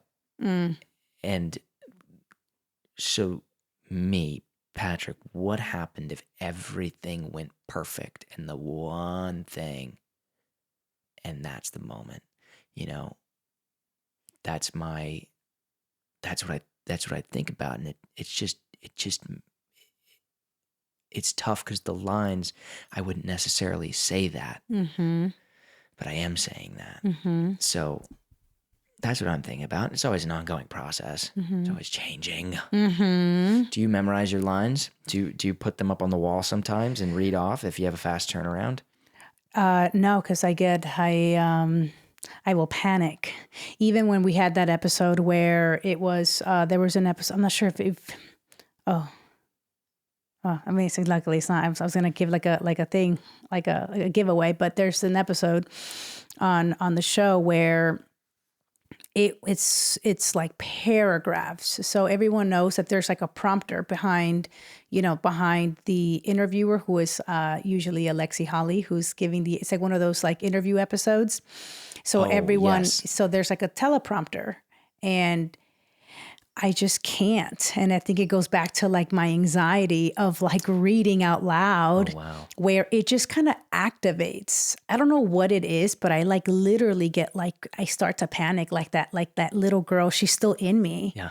And so I can't, like, it's, and I say it out loud. I'm like, no, I can't read. And they're like, ha. And I'm like, I'm not joking. It's just, I could, but it's just like, I will panic, especially if we're like, I don't want to waste anyone's time. So I will, even if it's like wordy in paragraphs, like I will try my best to like be off book. Yeah. And they're like, telling like, Liz, it's right there. And sometimes I'm like beating myself up. I'm like, no, I have it. I don't know why I messed up right now. I'm just going to go from the top again, Yeah. But no, I feel like I have to, because if not, my anxiety will kick in. Yeah. Gosh, my burp. Sorry. Yeah, there's, I'm okay with having a teleprompter. See, that's okay awesome. Which is good. Yeah. And they're so good. Like I remember like, Nathan's amazing. He's just like, doing it, and he's like, almost like even like he's thinking, and then he'll look up and he's like, look, like the teleprompter is like his eye line. So he's just like, look, I'm like, how do you? Yeah. That's amazing. Like a mythical. Yes. I mean, he's been around for so long. He knows everything about everything. He's, I'm getting on a podcast with him. Yes. That's going to be amazing. It's going to be amazing. That's going to be awesome. So depending on the turnaround. I try to memorize because then it's really in my roots. But the teleprompter, yes, I think it slows me down. It doesn't make it as natural. But last night I used a teleprompter because the rule, like by law, we're not required to memorize, right? True. But if there's a self-tape of a girl who's memorized and then the other one is a girl holding sides in her hand and they're just both as good, you're like, she didn't do it. We're going to go with you. Yeah. You know? Yeah. But the teleprompter's good, obviously, because I'm not holding anything, and that's my eye line. And I don't consider it cheating. No. It's another skill. Especially if it's a fast turnaround. Like I got asked to do a character about a week and a half ago. Then they changed the ethnicity of the character, so they asked me to read for a different character. And they said, we need this as soon as possible. So I'm not going to pressure myself with the memorization. I'll put it up. And honestly, by the fourth take, I'm memorized. Yeah. It's pretty, especially doing the scene. It's hard to memorize by myself, but then doing the scene with somebody, I'm memorized on the fourth go round. That's amazing. I feel like that's what the cool thing about being on TV film. It's like everyone has like tricks or, like tricks up their sleeve. Like you will never know. As long as the audience can't tell, it's just however you do it. And if we believe you, then continue. There's this one guest star on the Rookie, actually. I've never even heard of, he had like a little microphone or like a little headset where someone, the script, he was like reading the lines to him and he was delivering it. But that's a whole other skill. I would be like freaking, but that's like, you know what I mean? So there's no right or wrong. He was a guest star No, but he was amazing. He was just like, I think he was like, who was it? Can you say? I don't remember I'm really bad with names. No, but I really am. No, but he's amazing. He's like, he's great. Did he hire somebody to come out? No, I think he just requested for a headpiece and it just worked. And you could never tell. And he delivered. It was like, and that's a whole other skill. You just hear it and you just deliver the lines your way. Was it this season? No, it's last season. Okay. Yeah. Well, I wouldn't know then. I've heard of Johnny Depp doing that. Pirates of the Caribbean. Really? He gets the earpiece. No way. That'd be really cool. Yeah, that's a whole. I feel like I would want to like just because you never know. Just for. What if it's a long line though? What if it's a paragraph or 3 sentences? Oh. Do you? Because we're in a scene together and we're having a regular conversation. Then if I have to wait for 30 seconds to get the line, like then your other skill would kick in for like it's almost like you just like maybe you'd have to, I guess, build more skills or not skills, but like it's like the self-tape almost. I don't know. You just have to pretend and use your imagination. Maybe I don't know, but it happens. Yeah, I've you hear stories or you see it where you're just sometimes or even like with the whole FaceTime, I just have to pretend like he's doing it the way that I'm imagining it, and then we'll see how it all turns out. Yeah, yeah, exactly. But, yeah. Gosh, it's interesting. How you good, James? All good? Yeah. Are we? Do we have any? Are we running out of time on the thing? All good? Yep, all good. Okay. Yeah. Yeah. No. Where? Yeah. Where? I'm sweating. No, me too. It's good that it's off, but you're maybe do you have AC running? Yeah, maybe it's not running. No, it's a good thing. It's not. Because the audio. Oh, right. But then we get all hot and sweaty. Yeah. Yeah, no, we're good. So okay, let me ask you this. Okay, ask me. And then we'll start wrapping up. Okay. What is your from what I've heard? You've always had these dreams and aspirations. You want to be a dancer, then you want to be what was it? Singer, dancer, actor? No, a dancer, then singer, and then actress. Where before you die, what is the thing that you want to accomplish? Oh my God. Like, I would like to one day call myself a director, and I would like to also publish a book. Really? Yeah. That's awesome. I barely read, let alone write, but I would like to really just sort of like tell my story in my own, I tell my story Yeah. in like, yeah. That's awesome. Mm-hmm. What would you tell your story? Yeah. What would your book, would it be tell me about this book. What's the book that you'd make? It would just be almost like, I don't know if it'd be more of a story because I'm not good at this. I'm not good at, like, you ask me, there's times where, and I don't know what it is, but like rarely do I stop and reflect and like look back from like where I started and where I'm at now. Yeah. I just feel like I'm constantly like on the go mentally, where I'm like, I don't know if it's the ADHD. Sometimes I forget a lot of things, but I'm like, I'm just here. I'm like, I gotta do this. I'm like, then go to sleep and wake up. I'm like, what's today's goal? You know? Yeah.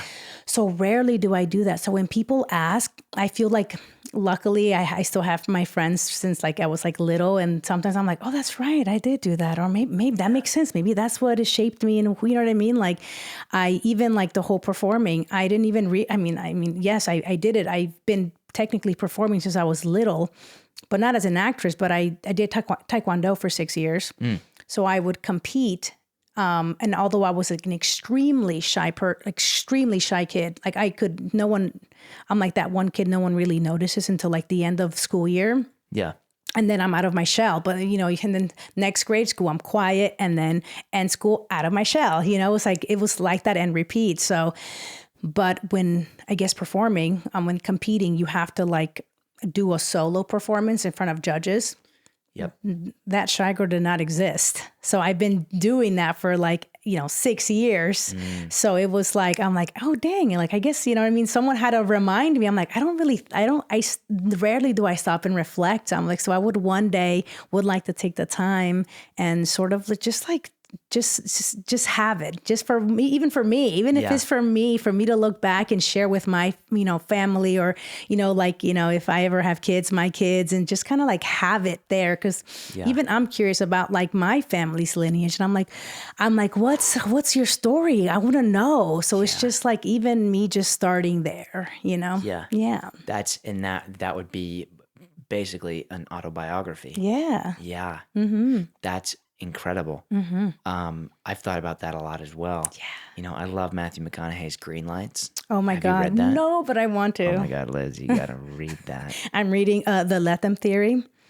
What's the Lethem Mel by Robbins. Yes. Shout out Mel Robbins. Because I too I'm in like, I need to learn how to just let go and let me. That's what this guy's about. I removed the cover because when I'm reading it kind of falls off. So, but So I like, but I like to take my little notes. You know what I mean? You mark in your. I also rate it. If I like what I see, I put like a 10 out of 10. But the real reason you are exhausted all the time. I love Mel Robbins. Yeah, she's great. She's Lethem. The Lethem Theory. The Lethem Theory. That's great. Yeah, that's something else that I want to one day look back and just be. I gotta just stay in my lane. You know what I mean? Again, these are new discoveries where I'm like, I just gotta learn how to stay in my lane, breathe, and carry on. Yeah. Yeah. Yeah. Mm-hmm. I recommend reading McConaughey's book. Okay.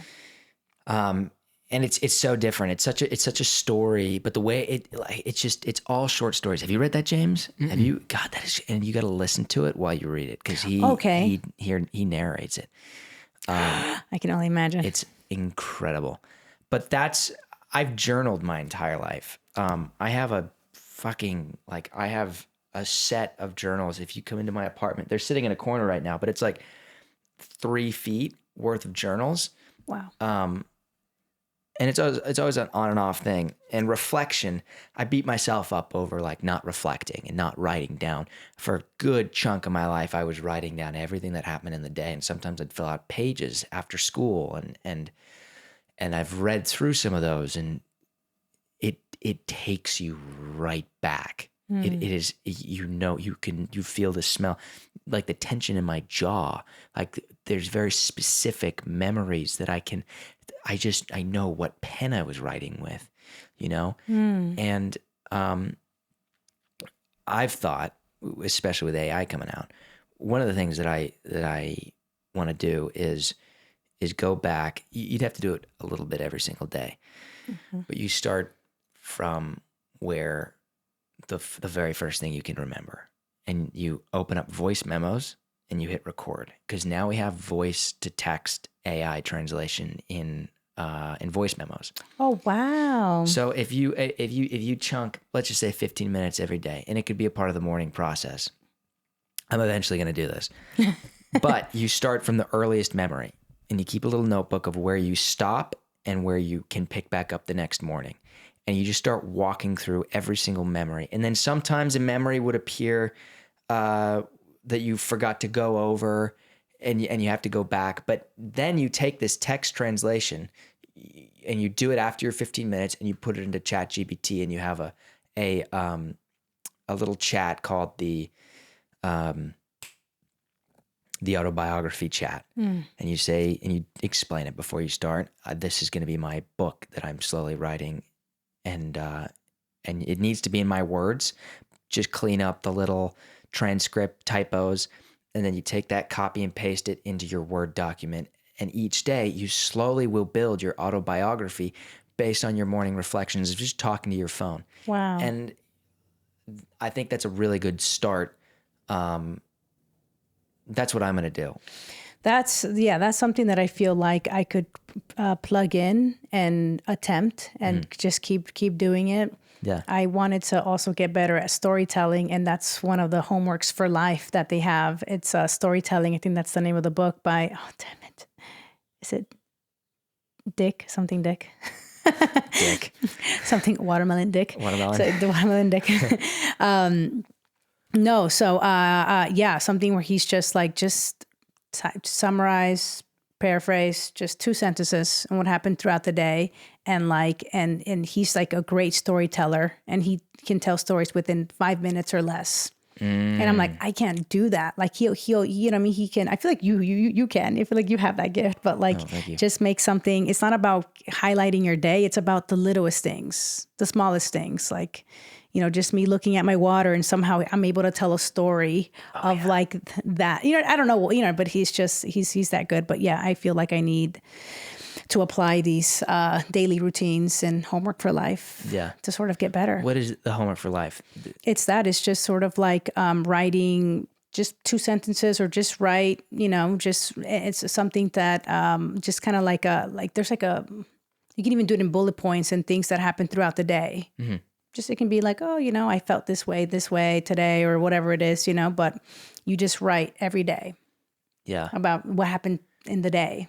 That's so, gosh, it's probably so good for your cognitive function as well. Yeah, I forget things. I'm like, what? Oh my God, yeah. You asked me like what I did yesterday. I don't know if I told you, but there's this one time where I had an audition, and the casting director was just like, they were casting based off personality. It was a commercial. And he asked me like, oh, so how was your weekend? I went blank. And how could I forget that I had the best weekend of my life? That was the weekend I went skydiving, the weekend I went road tripping with my girlfriends to San Francisco, and we were on our way to go skydive. Then we drove up to San Francisco, went out that night, and drove back the next. And we all stayed in one hotel room. Yeah, drove back the next day. You think my mind went blank? I didn't remember. Yeah. I was just like, what did I do this weekend? I went hiking, went to the beach, you know, the usual. And you made it up? I just made it up. I just was lying. And I was like, and then I left the room, and then I just, you know, everything kind of calmed down. I'm like, wait a minute. I had the best weekend of my life. Yeah. How did I not remember? Right. But so wait, I forgot why I brought that up. Yeah, what? No, well, I don't know. The reflecting. Exactly. Yeah. Now I don't remember what we're talking about. Yeah. No, that's I had a fear. I've had a fear of that, and a lot of the times it was coming home from school, and like your parents going, "What'd you do at school today?" And you go, "God, it was school," you know, and you didn't have the thing.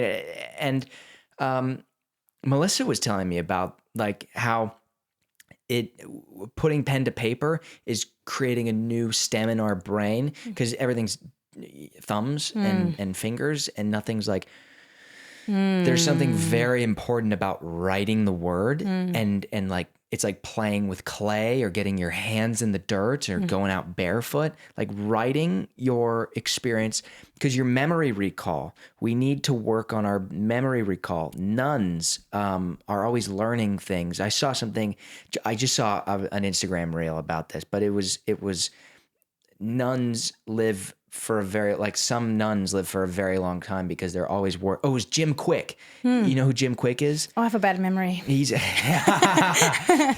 watermelon. Yeah. Jim Quick was, he has a book. I can't remember the name of it. I have a bad memory too, but he was talking about, we need to work on our memory. Our memory is so freaking important because it's those things like, what did I do yesterday? What did I do this morning? And just reflecting how we feel because people won't remember what you say, but they will remember how you made them feel. So you write down how you feel. You write down what you did and what made you feel that way. And that is, then it's interesting because you have to reflect on the reflection like a week later and take the time to read what you wrote a week ago. So there's like a never ending cycle of reflection. Yeah, that's crazy. I would want to do that, but also like I have to like add it. I have to add it to my daily routine. Like, okay, I have to do this. You know what I mean? But I do write notes to future me. Really? And that's normally when I'm like in really bad relationships. I'm like, Liz, I have like a notes just talking to myself. Yeah. If you're reading, almost like I just write and I'm like writing to me like, Liz, leave. This is what's happening. This is, if you don't leave, this is where you're going to end up. Like, you know what I mean? And there's times where I've read back and I'm like, what the hell? Like I've been trying to escape and why am I still here? But that's, notes to future me. But yeah. Do you write manifestation notes? Ooh, I do a video for the end of the year, sort of like manifesting like where I would want to see my like for like the rest of the year, or like I guess like manifestation, like New Year resolutions. Yep. And it wasn't until I never looked back at them, but it wasn't until like after like I guess like this was back when I was like out in Chicago. It's like a group of 5 of us and myself. We do these videos, but we don't watch it. And then it wasn't until we went back to the videos and we were like, dude, everything we said came true. And then we looked at the other videos. I'm like, oh my God, everything came true. Yeah. Like, I'm like, it was just almost like we do the videos and we just move on with our days, but it worked. I mean, that works, but you really are manifesting. I mean, you're just, it's like in your subconscious, like you really are sort of like doing what you say you're going to do or what you want to accomplish. Yes. Yeah. James, can you look up the definition of manifestation? The definition of the word. We were talking about this yesterday because manifesting, people give it a bad rap, spiritual woo-woo bullshit, but it's like the definition of the word. It's an event, an action, or an object that clearly shows or embodies something, especially a theory or an abstract idea. You're a great reader. That went over my head. Maybe give another definition. The action or fact of showing an abstract idea, basically. Like visualizing an abstract idea, I guess. An abstract. Interesting. Well, that did not help me with my point that I was about to make. God damn it. Son of a bitch. But, so maybe it's all bullshit. But, oh my God. But no, I think I'm a big believer in what you say you're going to do is going to come true if you let it go. You know, I was in the, I do transcendental meditation. I'm a part of that. Yeah. We can talk more about that after the, super important. I'm actually going to take the advanced class, which is really scary because that's 30 minutes of meditation a day. 30 minutes? I meant 30 minutes in the morning, 30 minutes at night. Wow. Right now I do 20 minutes. Wow. So an extra 10 minutes. Isn't that so scary? You're like, Yeah. 30 minutes? That is, wow. But dude, 45 minutes go by when I'm sitting on the toilet scrolling. Yeah, and then I'm like, well, I guess I just got to keep going on with my day. By yourself or with a group or in a class? Oh, by yourself. By yourself. Meditating Wow. by yourself, yeah. And we were talking about manifestation. God, that definition just does not resonate with what I've been told. You know, that way. There's so many books. There's so many freaking spirit, anyways. Another definition that I see come up is to show something clearly through signs or actions. Okay. Is that any more similar to the idea? No. Manifestation. Do you know what I'm like? Yeah. I mean, for me, it's more like, it's almost like following like the secret. It's almost like kind of like manifesting your future, or kind of like, you know, just picturing or daydreaming and where you see yourself in a year from now or 5 weeks from now or whatever. Yes. And living in the I am.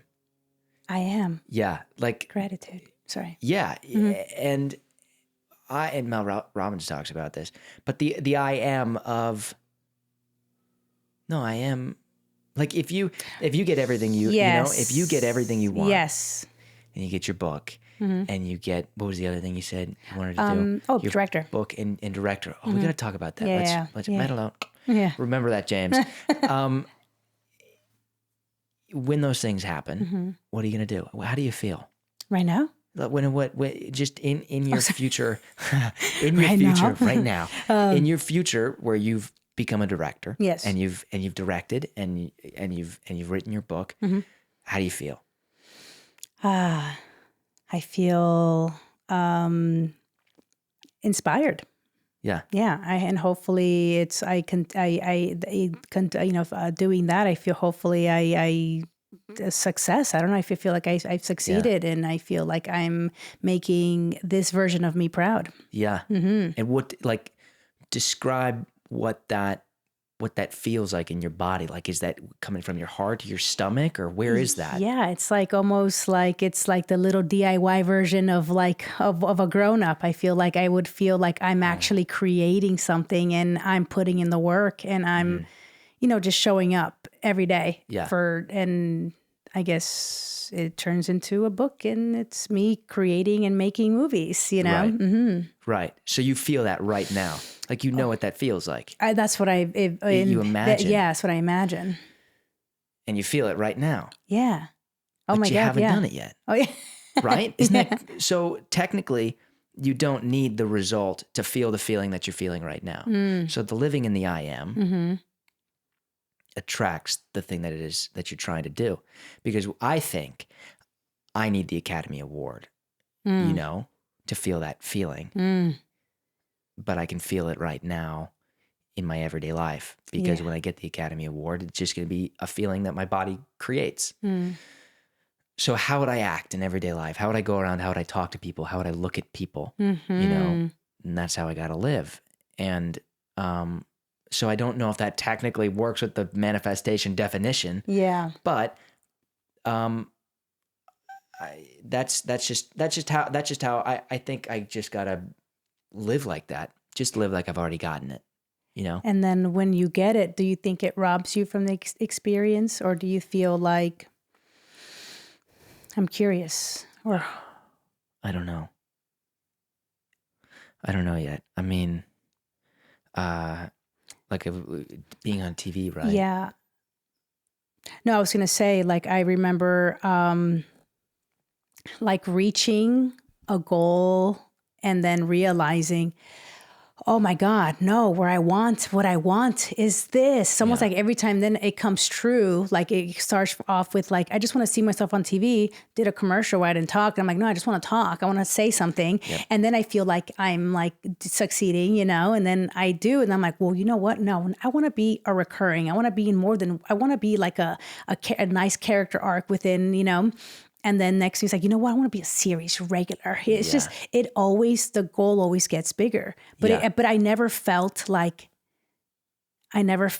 I was there. Yeah. But it's almost like younger me would have felt like, if only I could just like say a couple lines on TV, I'd be the happiest. But I just like, that's why I'm like, I am thankful for the fire that's, within us, where we're just like, I just want to keep going. Yeah. Like, I just want to keep going until I look back and I'm like, holy shit, now I'm kind of shifting gears here. Now I want to direct. And then kind of go through that journey. And then, I don't know, I guess, but like but there's moments where I guess have moments of gratitude. I have to practice that more, moments of gratitude. That's why I'm thankful for, my family. They're just like, Liz. And I'm just like, yeah, you know what? I should celebrate today. I should kind of pat myself in the back. Like, it's been a journey. Yep. You know what I mean? But yeah. Mm-hmm. I relate in so many ways. I mean, if I looked into a future telescope when I was in high school and I saw myself on a TV show, I would go, oh my God, there you go. You did it. Yeah. And now I'm here. Mm-hmm. And what's next? Mm-hmm. What is the next thing? So there is never going to be, it's always going to be wanting more. Mm-hmm. It's always wanting more. And, gosh, I think I don't know. I don't know. I can't say I do know, but I just like gratitude obviously is the way to realize where we are. Yeah. I definitely need to practice that. And I feel like that's another way of sort of like maintaining or grounded, I guess, you know what I mean? And just being thankful, but yeah. Yeah. Mm-hmm. I've had some really cool manifesting experiences. I've had I'm sure we technically all do. Yeah. But a freaky one was I was sitting down in somebody's house. I was staying at their house, and I was coming back to shoot episode 16. Oh, I was James. Mark that. But if it comes out, I think this will. We'll see. We'll see. Yeah. If you still see this, then that means that we're good. Yeah, anyways, I was in LA, and I was writing down directors I want to work with. And I open up my Letterboxd, and the first one that pops up is the movie 3:10 to Yuma, who's directed by James Mangold, who does A Complete Unknown and James Mangold and Ford versus Ferrari and he's awesome. He's a phenomenal director. And I just go into this rabbit hole of James Mangold. And I just start researching James Mangold. Oh my God, James Mangold. And then my girlfriend comes in and says, all right, let's go. We're going to Wicked. And I was like, oh yeah. And we go watch Wicked. So then I close the computer and James Mangold's out the door. Yeah. Right? I don't even think about James Mangold. Yeah. I'm not there's no like strategic way to go get James Mangold now. You can't, there's nothing I can like algorithm, like marketing. There's nothing. So I just let it go because I actually can't do anything. And I walk into the movie there. Shut up. And I watch Wicked, and I turn around and I come out, and James Mangold's right in front of me. Shut up. I swear to God. So I know, I go, this is a sign from God. And I go up and I go, James, my name's Patrick. And we talked for a minute. Shut and up. I said, and I told him, I'm going to work with you one day. And he was like, he's like, oh, cool. Right on. And he turned around and walked off, and that is crazy. And that was more of a moment for me than it was for him. It's not like he's not gonna like stop everything he's doing and go, you're gonna work for me one day. Yeah. Wow. Give me your phone number. Yeah. And how cool. But it was they all talk about that when you're trying to create your reality. You have to let go. Yeah. You can't squeeze, which what I was talking about with TM. So I'm in this TM course, and this guy, I'm telling him like, I want to become the greatest. I think about it, and I just gotta go get it. And I said, but what happens? And he goes, you're squeezing the life out of it, dude. And I was literally doing this, and he goes, he says, what's gonna dribble out? Something will dribble out, but it's going to be dribbles when you could just let it go and be abundantly around you. Because the aroma, if you put lemon into a bottle and you spray it around you, you get the fragrance. But if you squeeze the lemon into, and now it's just in the bowl, and it's right there, versus everything around us. Wow. So that was a perfect example of manifestation. Woo! Oh my God, that is wild. If only he knew. If he'll only, know one day. He will. Yeah, exactly. There you go. He's gonna. And you can like show him this little clip of Yeah, and then be like, dude. I have the note. You want to see it? Yes. I have the note. Look at this guy. Hold. James Mangold. Look, there's one name. Directors I will work with. You didn't show him this? Oh no, I was too nervous. Okay, yeah. I didn't want to. You want to see that, James? Isn't that sick? Wow. That's crazy. Can I see that in the camera? Hopefully my name. You see that? Boom. Isn't that awesome? Hopefully my name's on that list. Lisseth there you Chavez. go. In the future. So, tell me about your directing. We were talking about shadowing directors. Yeah. Are you going to shadow anybody? I would this like season? to. I don't know if you. Every time I've always loved photography. I've always loved capturing, or kind of like I love even Wes Anderson. The way he shoots, there's something about it that I'm like, whoa, because I feel like. Do you watch Wes Anderson films? Oh yeah. Yep. I feel like he's like an artist, and what I see is I see him, and I see his vision, and I see the story he wants to tell. Like I just see, and I'm like, I can just tell it apart. I'm like, oh, that's a Wes Anderson. I can just see. Yes, you can. Yeah. But there's something about, I guess like, cause every still is like a photography. So I've loved photography growing up, but even when we're shooting, when we're out on set, I think of how I would shoot things. I'm like, how would I shoot this scene? And that just is always, that's just me. Yeah. I'm like, how would I do this in a one shot? I wonder how I would do this. Yeah.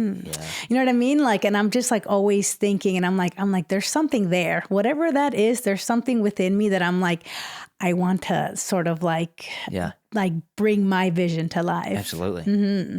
You want to direct something in the next month? I don't know if I'm ready yet. But I would like to. What if we give you a script? My buddies and I, we're trying to do a weekly shoot for YouTube.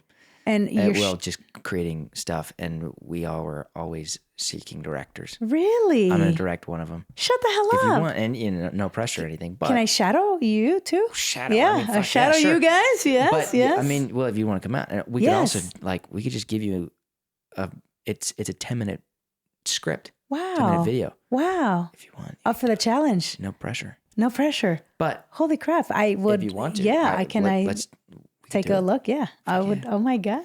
we'll talk about that more. But if I suck, don't tell me. I'm just kidding. Well, it's all right. We can always cover it up in the edit. Thank you. No, but I love that. That's we're always trying, directing. You've directed. Have you ever? Yeah. Have you ever directed anything? Never. That's the thing. I'm still a rookie. So I would like to shadow you guys first before, you know what I mean? Like, even though we were around directors all the time, and we work with different directors and different styles in the way, they communicate. Right. Yeah. Yeah. It's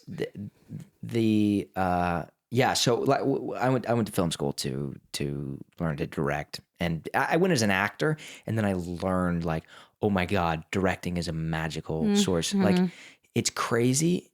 Being an actor is scratching the surface of this industry. I mean, it's so much fun to be able to play and do the thing, but then being able to direct, you're still the actor. Like, that's the best way I can describe it. You're still the actor. but you live vicariously through all these people, and it's indescribable. This feeling. You're still playing, and then I get to, hold on, let's come here. What's that one thing, and then you talk about that, like you get into it. It's just fucking so cool. Yeah. And that's I do, like, I'm directing my feature, my Frick, and just is like even these, like doing these. Technically, I'm not directing anything because we put the cameras up when we just started rolling. Yeah. But it is the next level. It's like it's the next step up. And a lot of actors that I talk to, they go, "Yeah, I want to be a director. I eventually want to make the move." And my response is always, "You just go do it before you." Yeah. You gotta. It's just a mind. You create your own work too. We're not waiting on anybody. You create it. It's phenomenal. I have so much passion for it. So that's amazing. That's awesome. I feel like even in this industry, you even having that under your belt, you're like ahead of you. I don't even believe you're 22 and you've already experienced all of that. Like as an artist, as an individual, like you're going to take your master's in like what is it? Transitional meditation? Oh, transcendental meditation. Transcendental. I can't even say that. What? Transcendental meditation. Use it in a sentence. I'm just kidding. And what is the definition of that word? Yes. Yes. What the fuck? That's very inspiring. Thank you. Yeah. Well, I'm not getting a master's in that. I mean, what did you say? You're taking a master's class. No. Transcendental meditation is just a course. Yeah, but you're taking another course, right? A higher course? Is that what you just said? Am I tripping? I was taking the advanced course for... My bad. So yeah, I mean, it has nothing to do with... You were taking your advanced class in the TM. Yes, exactly. Thank you. Yeah. Well, thanks. Thanks, that's very inspiring. Yeah. So... I feel like I should be interviewing you. Like, what the hell? No, this is yours. I'm serious. Like, you are so interesting. Thank you. And you are, I mean, I really appreciate it, Liz. Yeah. Gosh, well, that took a turn. Well, listen, here, Liz, thank you so much. No, thank you. This is, I mean, you are a light in itself. And I love watching you. I love talking to you. Everybody loves being around you. What? I mean, gosh, any TikTok I see with you in it. My favorite one is the rap with Makia and Eric, where they're like doing the thing back and forth, and then you pop in the bottom, and you're like, and you're not even saying the words. You're watermelon. Exactly what happened. Yeah, that's my favorite video of you. Oh my God, that's so funny. I appreciate you, and thank you for even having me here, and thank you for your time. Absolutely. And thank you for, building this setup here and coming to me. Yes, in your beautiful home. Yes, in my home. Empty, but still, it's my home. It's an awesome place. Thank you. And you've had the girls over you've had a couple sleepovers with with Melissa and Angie, who's one of her good friends. And Angie. Mm-hmm. Yeah. Yeah. Well, good. And thank you. Because I feel, listen, I've been afraid of doing something like this. So this is me sort of like continue to challenge myself where I'm like, got to do new things. And even if I'm scared, just do it. And I think there's something about you where I feel comfortable, so it makes it easy for people like myself to sort of like I'm talking, look at me. Right. You may have to slow it down because I feel like maybe I kind of talk too fast. Yeah.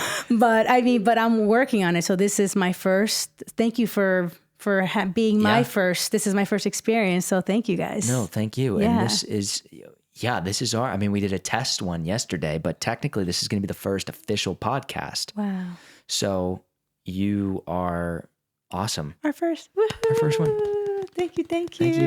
And then thank you. And then by the time thank you for Watermelon podcast. Yes, the Watermelon Podcast. Yes. Thank you for joining us on the Watermelon Podcast. And Gosh, anything you want to say? Any last little words of? No, this was great. So if anyone is out there who's afraid of trying new things, I am a prime example that there's never too late. I'm here doing a podcast for the very first time. So Yes. keep doing it. Keep challenging yourself. You yeah. rock, Les. Thank you. Thank you so much. Thank you. That was Heidi. great. Woohoo.